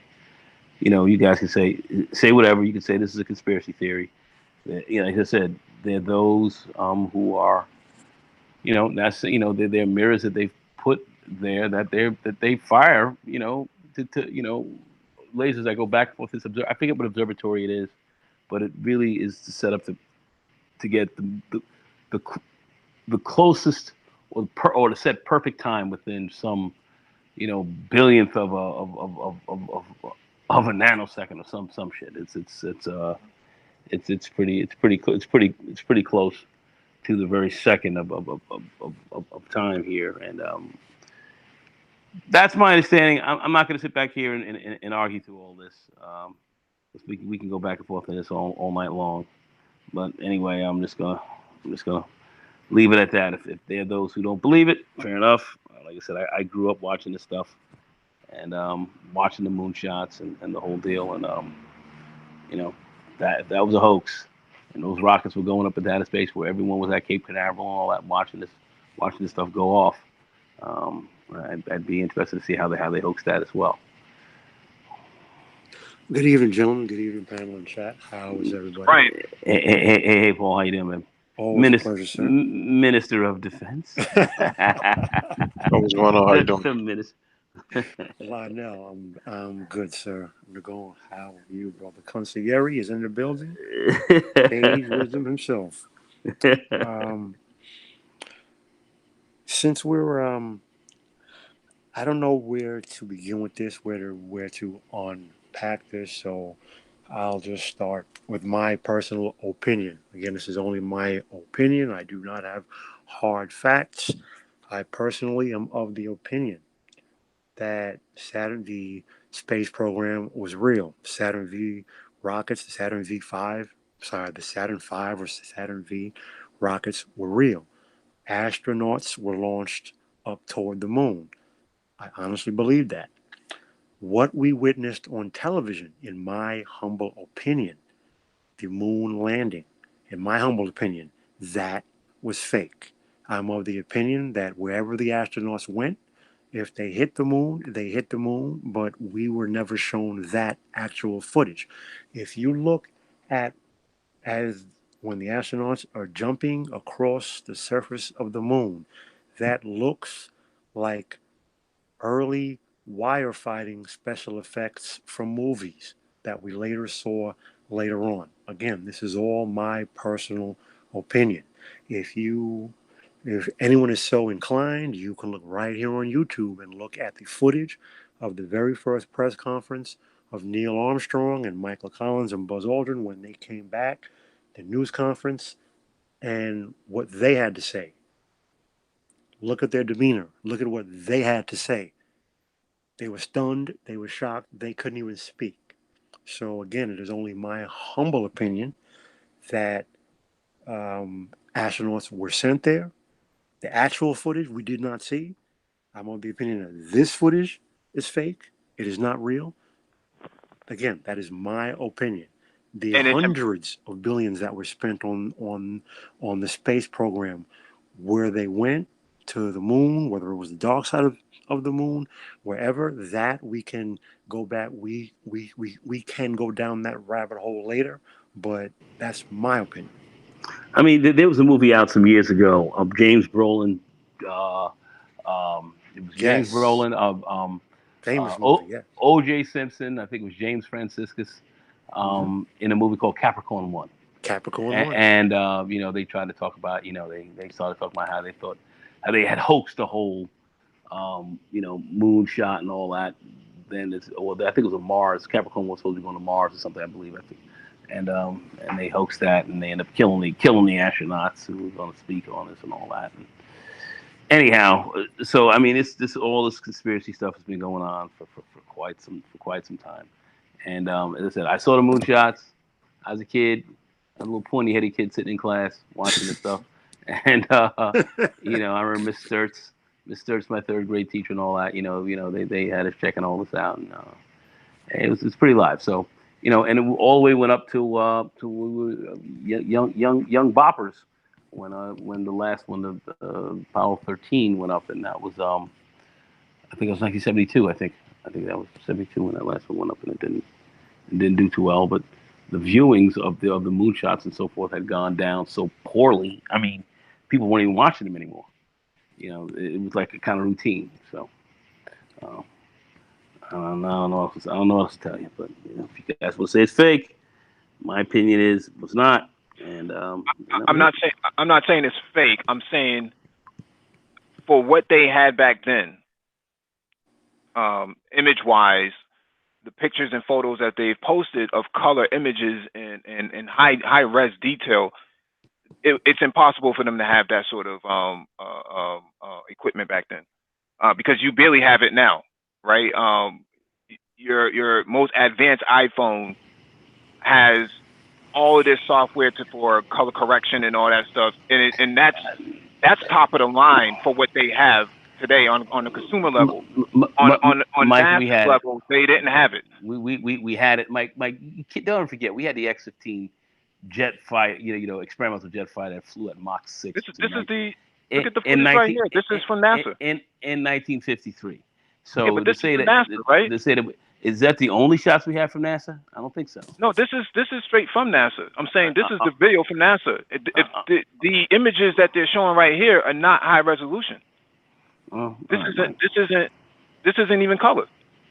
All right, well, it's Where black did and they white. get the color imaging? Yeah, right. Mm, So where did they get the color imaging from? Is what I'm saying. They did not have it back then.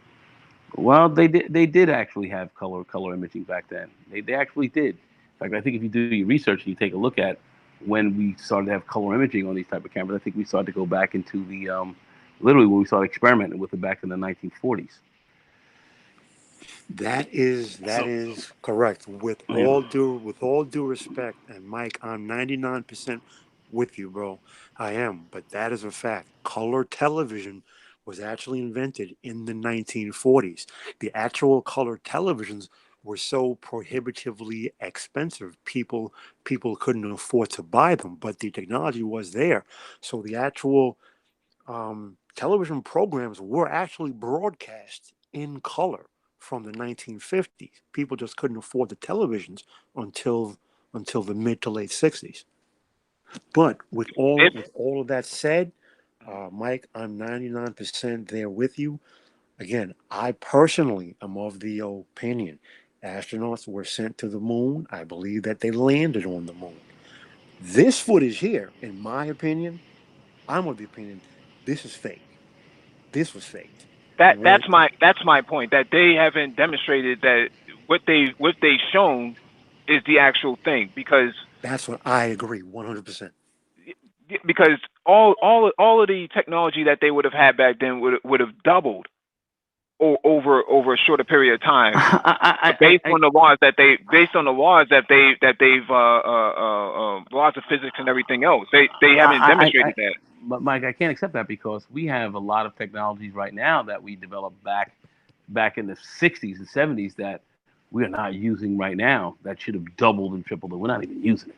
Okay, so there's a lot of stuff that we're not using. So I don't I find that argument rather flawed. But going on the point, we can agree to disagree on this. I don't. I don't believe that this was faked. I just don't, and there's been enough proof out here to show me that it hasn't been. But um, folks can debate this all day long. I'm not. You saying you're 99% sure that this was fake? I'm 99% sure that it wasn't. So No, I I'm mean, not saying I'm 99% sure on. I'm not saying I'm 99% sure on anything. I'm mhm. saying this footage is is not has not been verified by anybody else to be accurate, other than them. And what I'm Okay. saying here is there's no um, trace of evidence left behind that they actually were there. There's nothing Okay. there. I There's mean, nothing. all of this equipment that they supposedly brought, these sort of rovers and things like that, that they bounced around on. I'm not. How come no one else is able to find this equipment? It's my understanding that some people have looked up there and have seen where the old lem was sitting, in some of the old spots and so forth. So they were. Some people were saying that they were able to see that. So Mhm. I'm not, I'm not in a Where position are those? because Where are those pics? I'm not doubting. I'm just asking. I I would really I I love to see that. I know people have spoken about it. I haven't seen them because I have to be very frank with you. I have not gone deep into this thing to really take a look to see where all the bones are buried on this. I just looked at some of the hoax stuff that they talked about. I started to dismiss it, and based on the information that I thoroughly understood about what they were doing with respect to really being able to clock the best times and really putting mirrors on the moon on one of these devices that they could fire back and forth and see. So apparently this could easily be proven. Um, but by doing this, I don't know why that's not being spoken about. But I think there's easy ways to debunk this. And I haven't really gone into it as deep as to the conspiracy theorists and all their. There's no stars here, and the flag is moving, not moving, and all that. Yeah, yeah. Hey, I I'm about to jump Yeah. off. Uh, Hey, have a good one, bro. you have a good one. All right, man. Take care, Lionel. I don't know. Yeah. Um, I Difficult. was under the impression that there's a treaty agreement that they're not supposed to leave, equipment and things like that on different planets and moons, for that matter, due to I guess contamination and stuff like that. They shouldn't leave all this stuff behind. There's supposed to be some kind of multinational agreement on this type of stuff. And if the United States left all this equipment behind, um, you know, they should be charged up for this. But it doesn't seem like anybody's able to make the case. And despite all the fact that all they have all these satellites and these telescopes that can peer deep into other space systems, but they're not able to see this equipment. I'm kind of at a loss of words as to whether or not the accuracy of this footage is.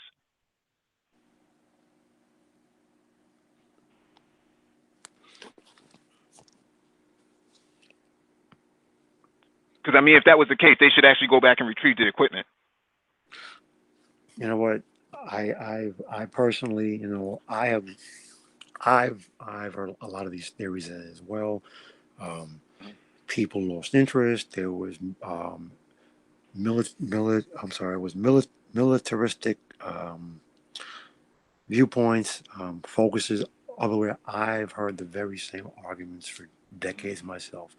I don't know where I am personally with all of that. My question has been, and I'm right now. I'm not taking a stance either way. What I am saying is I don't understand how that is, to me, that's not enough of an explanation for just wholesale canceling the space program. Then the next thing we know, we have shuttles out of nowhere that don't go to the moon or don't go to Mars. And based on that, there's a radiation belt that they can't get across, so they have to reevaluate the justifications for it. But they've already been there before. You know what? Listen, I'll say this.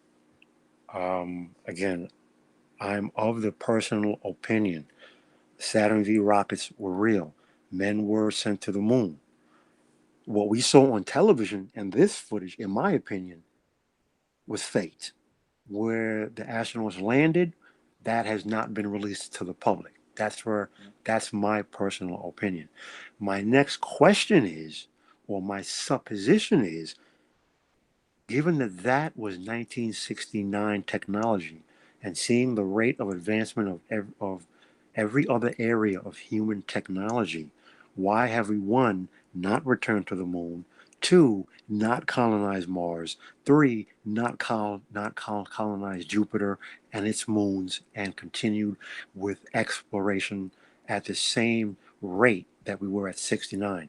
It's like 69 happened, then 72, 74 happened, and a brick wall that has not been broken again, only barely scratched with the International Space Station and the shuttles. So I'm of the personal opinion, whatever happened back in 1969, that exploration and technology has either one, been suppressed, or two, hidden and or suppressed from the general public, the same way automotive technology has. I think with Apollo 13 and the issues that went on with that, um, and remember you had a actually an oxygen fire that killed some astronauts some years before. You had a few fatalities, man, and the program I think was dangerous. I think they wanted to produce even a better platform. When I started to see the shuttle back in the end of 79 and 1980, and I was just literally getting ready to go away to school then.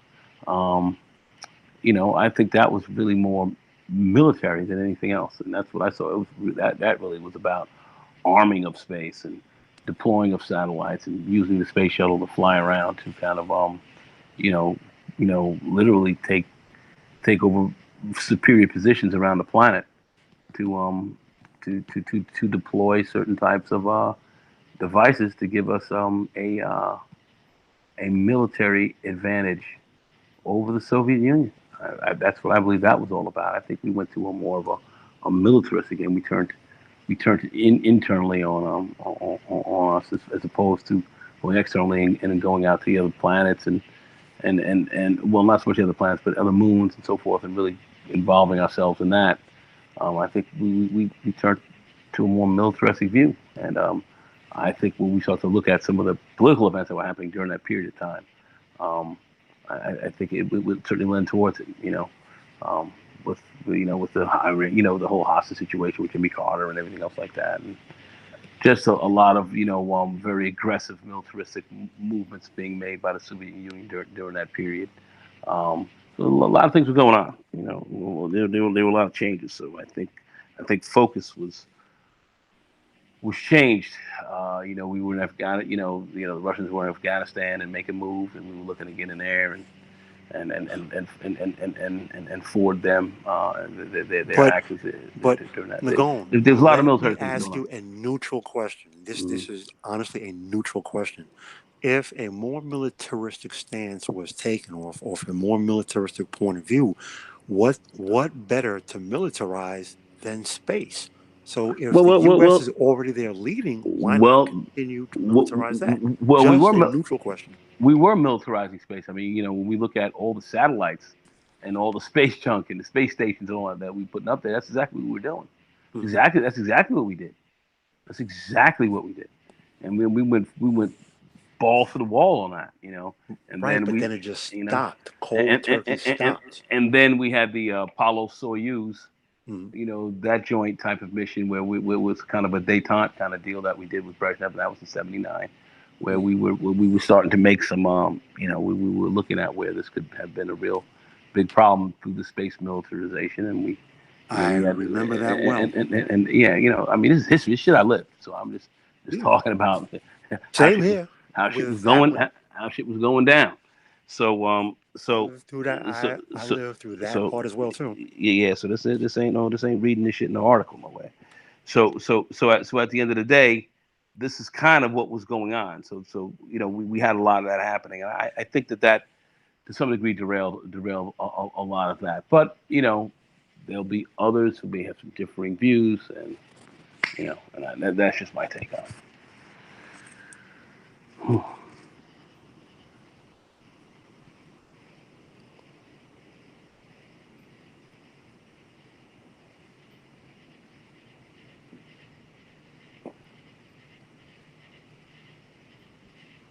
Gentlemen, anything? Okay. I'm Cool. done. I don't have anything else to say anything on that.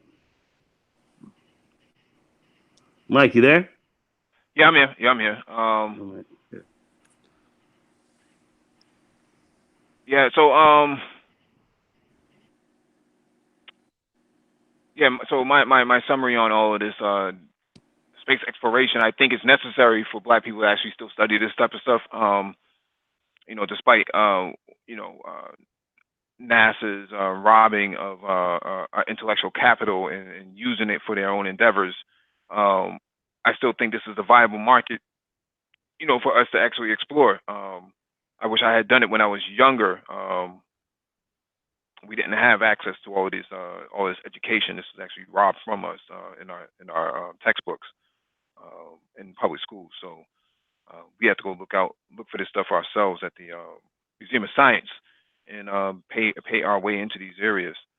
Uh, the no good Boston Public Schools did us no justice in terms of education. So I think if we had this when we were younger, we probably would be in a different position. And unfortunately, you have pale-faced people who don't have our best interests and continue to rob Black and brown people of this sort of education. All right. So with that being said, please That's for hit the like sure. button.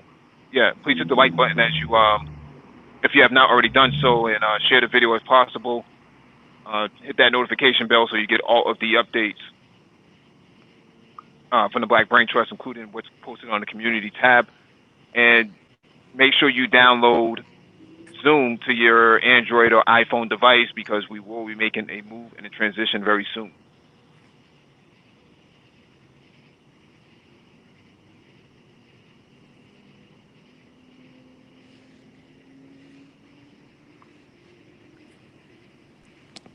And we'll be back tomorrow for another Black Car Talk, American Muscle versus European Horsepower. So, Oh, that's Oh, my Steve. oh. Hardcore Detroit muscle. Oh Oh, Mike no. is trying to Oh stir up the no. pot. Mike said he going out with a bang. He's I'm trying yeah, with to the stir Challenger, up the the pot. Charger, the Mustang, and the Camaro versus yeah. the M4, the C63, and the What, RS5? yeah, and the RS5. So that's we have My a father. shootout without actually driving them. So make sure you all check that out. All right. That's gonna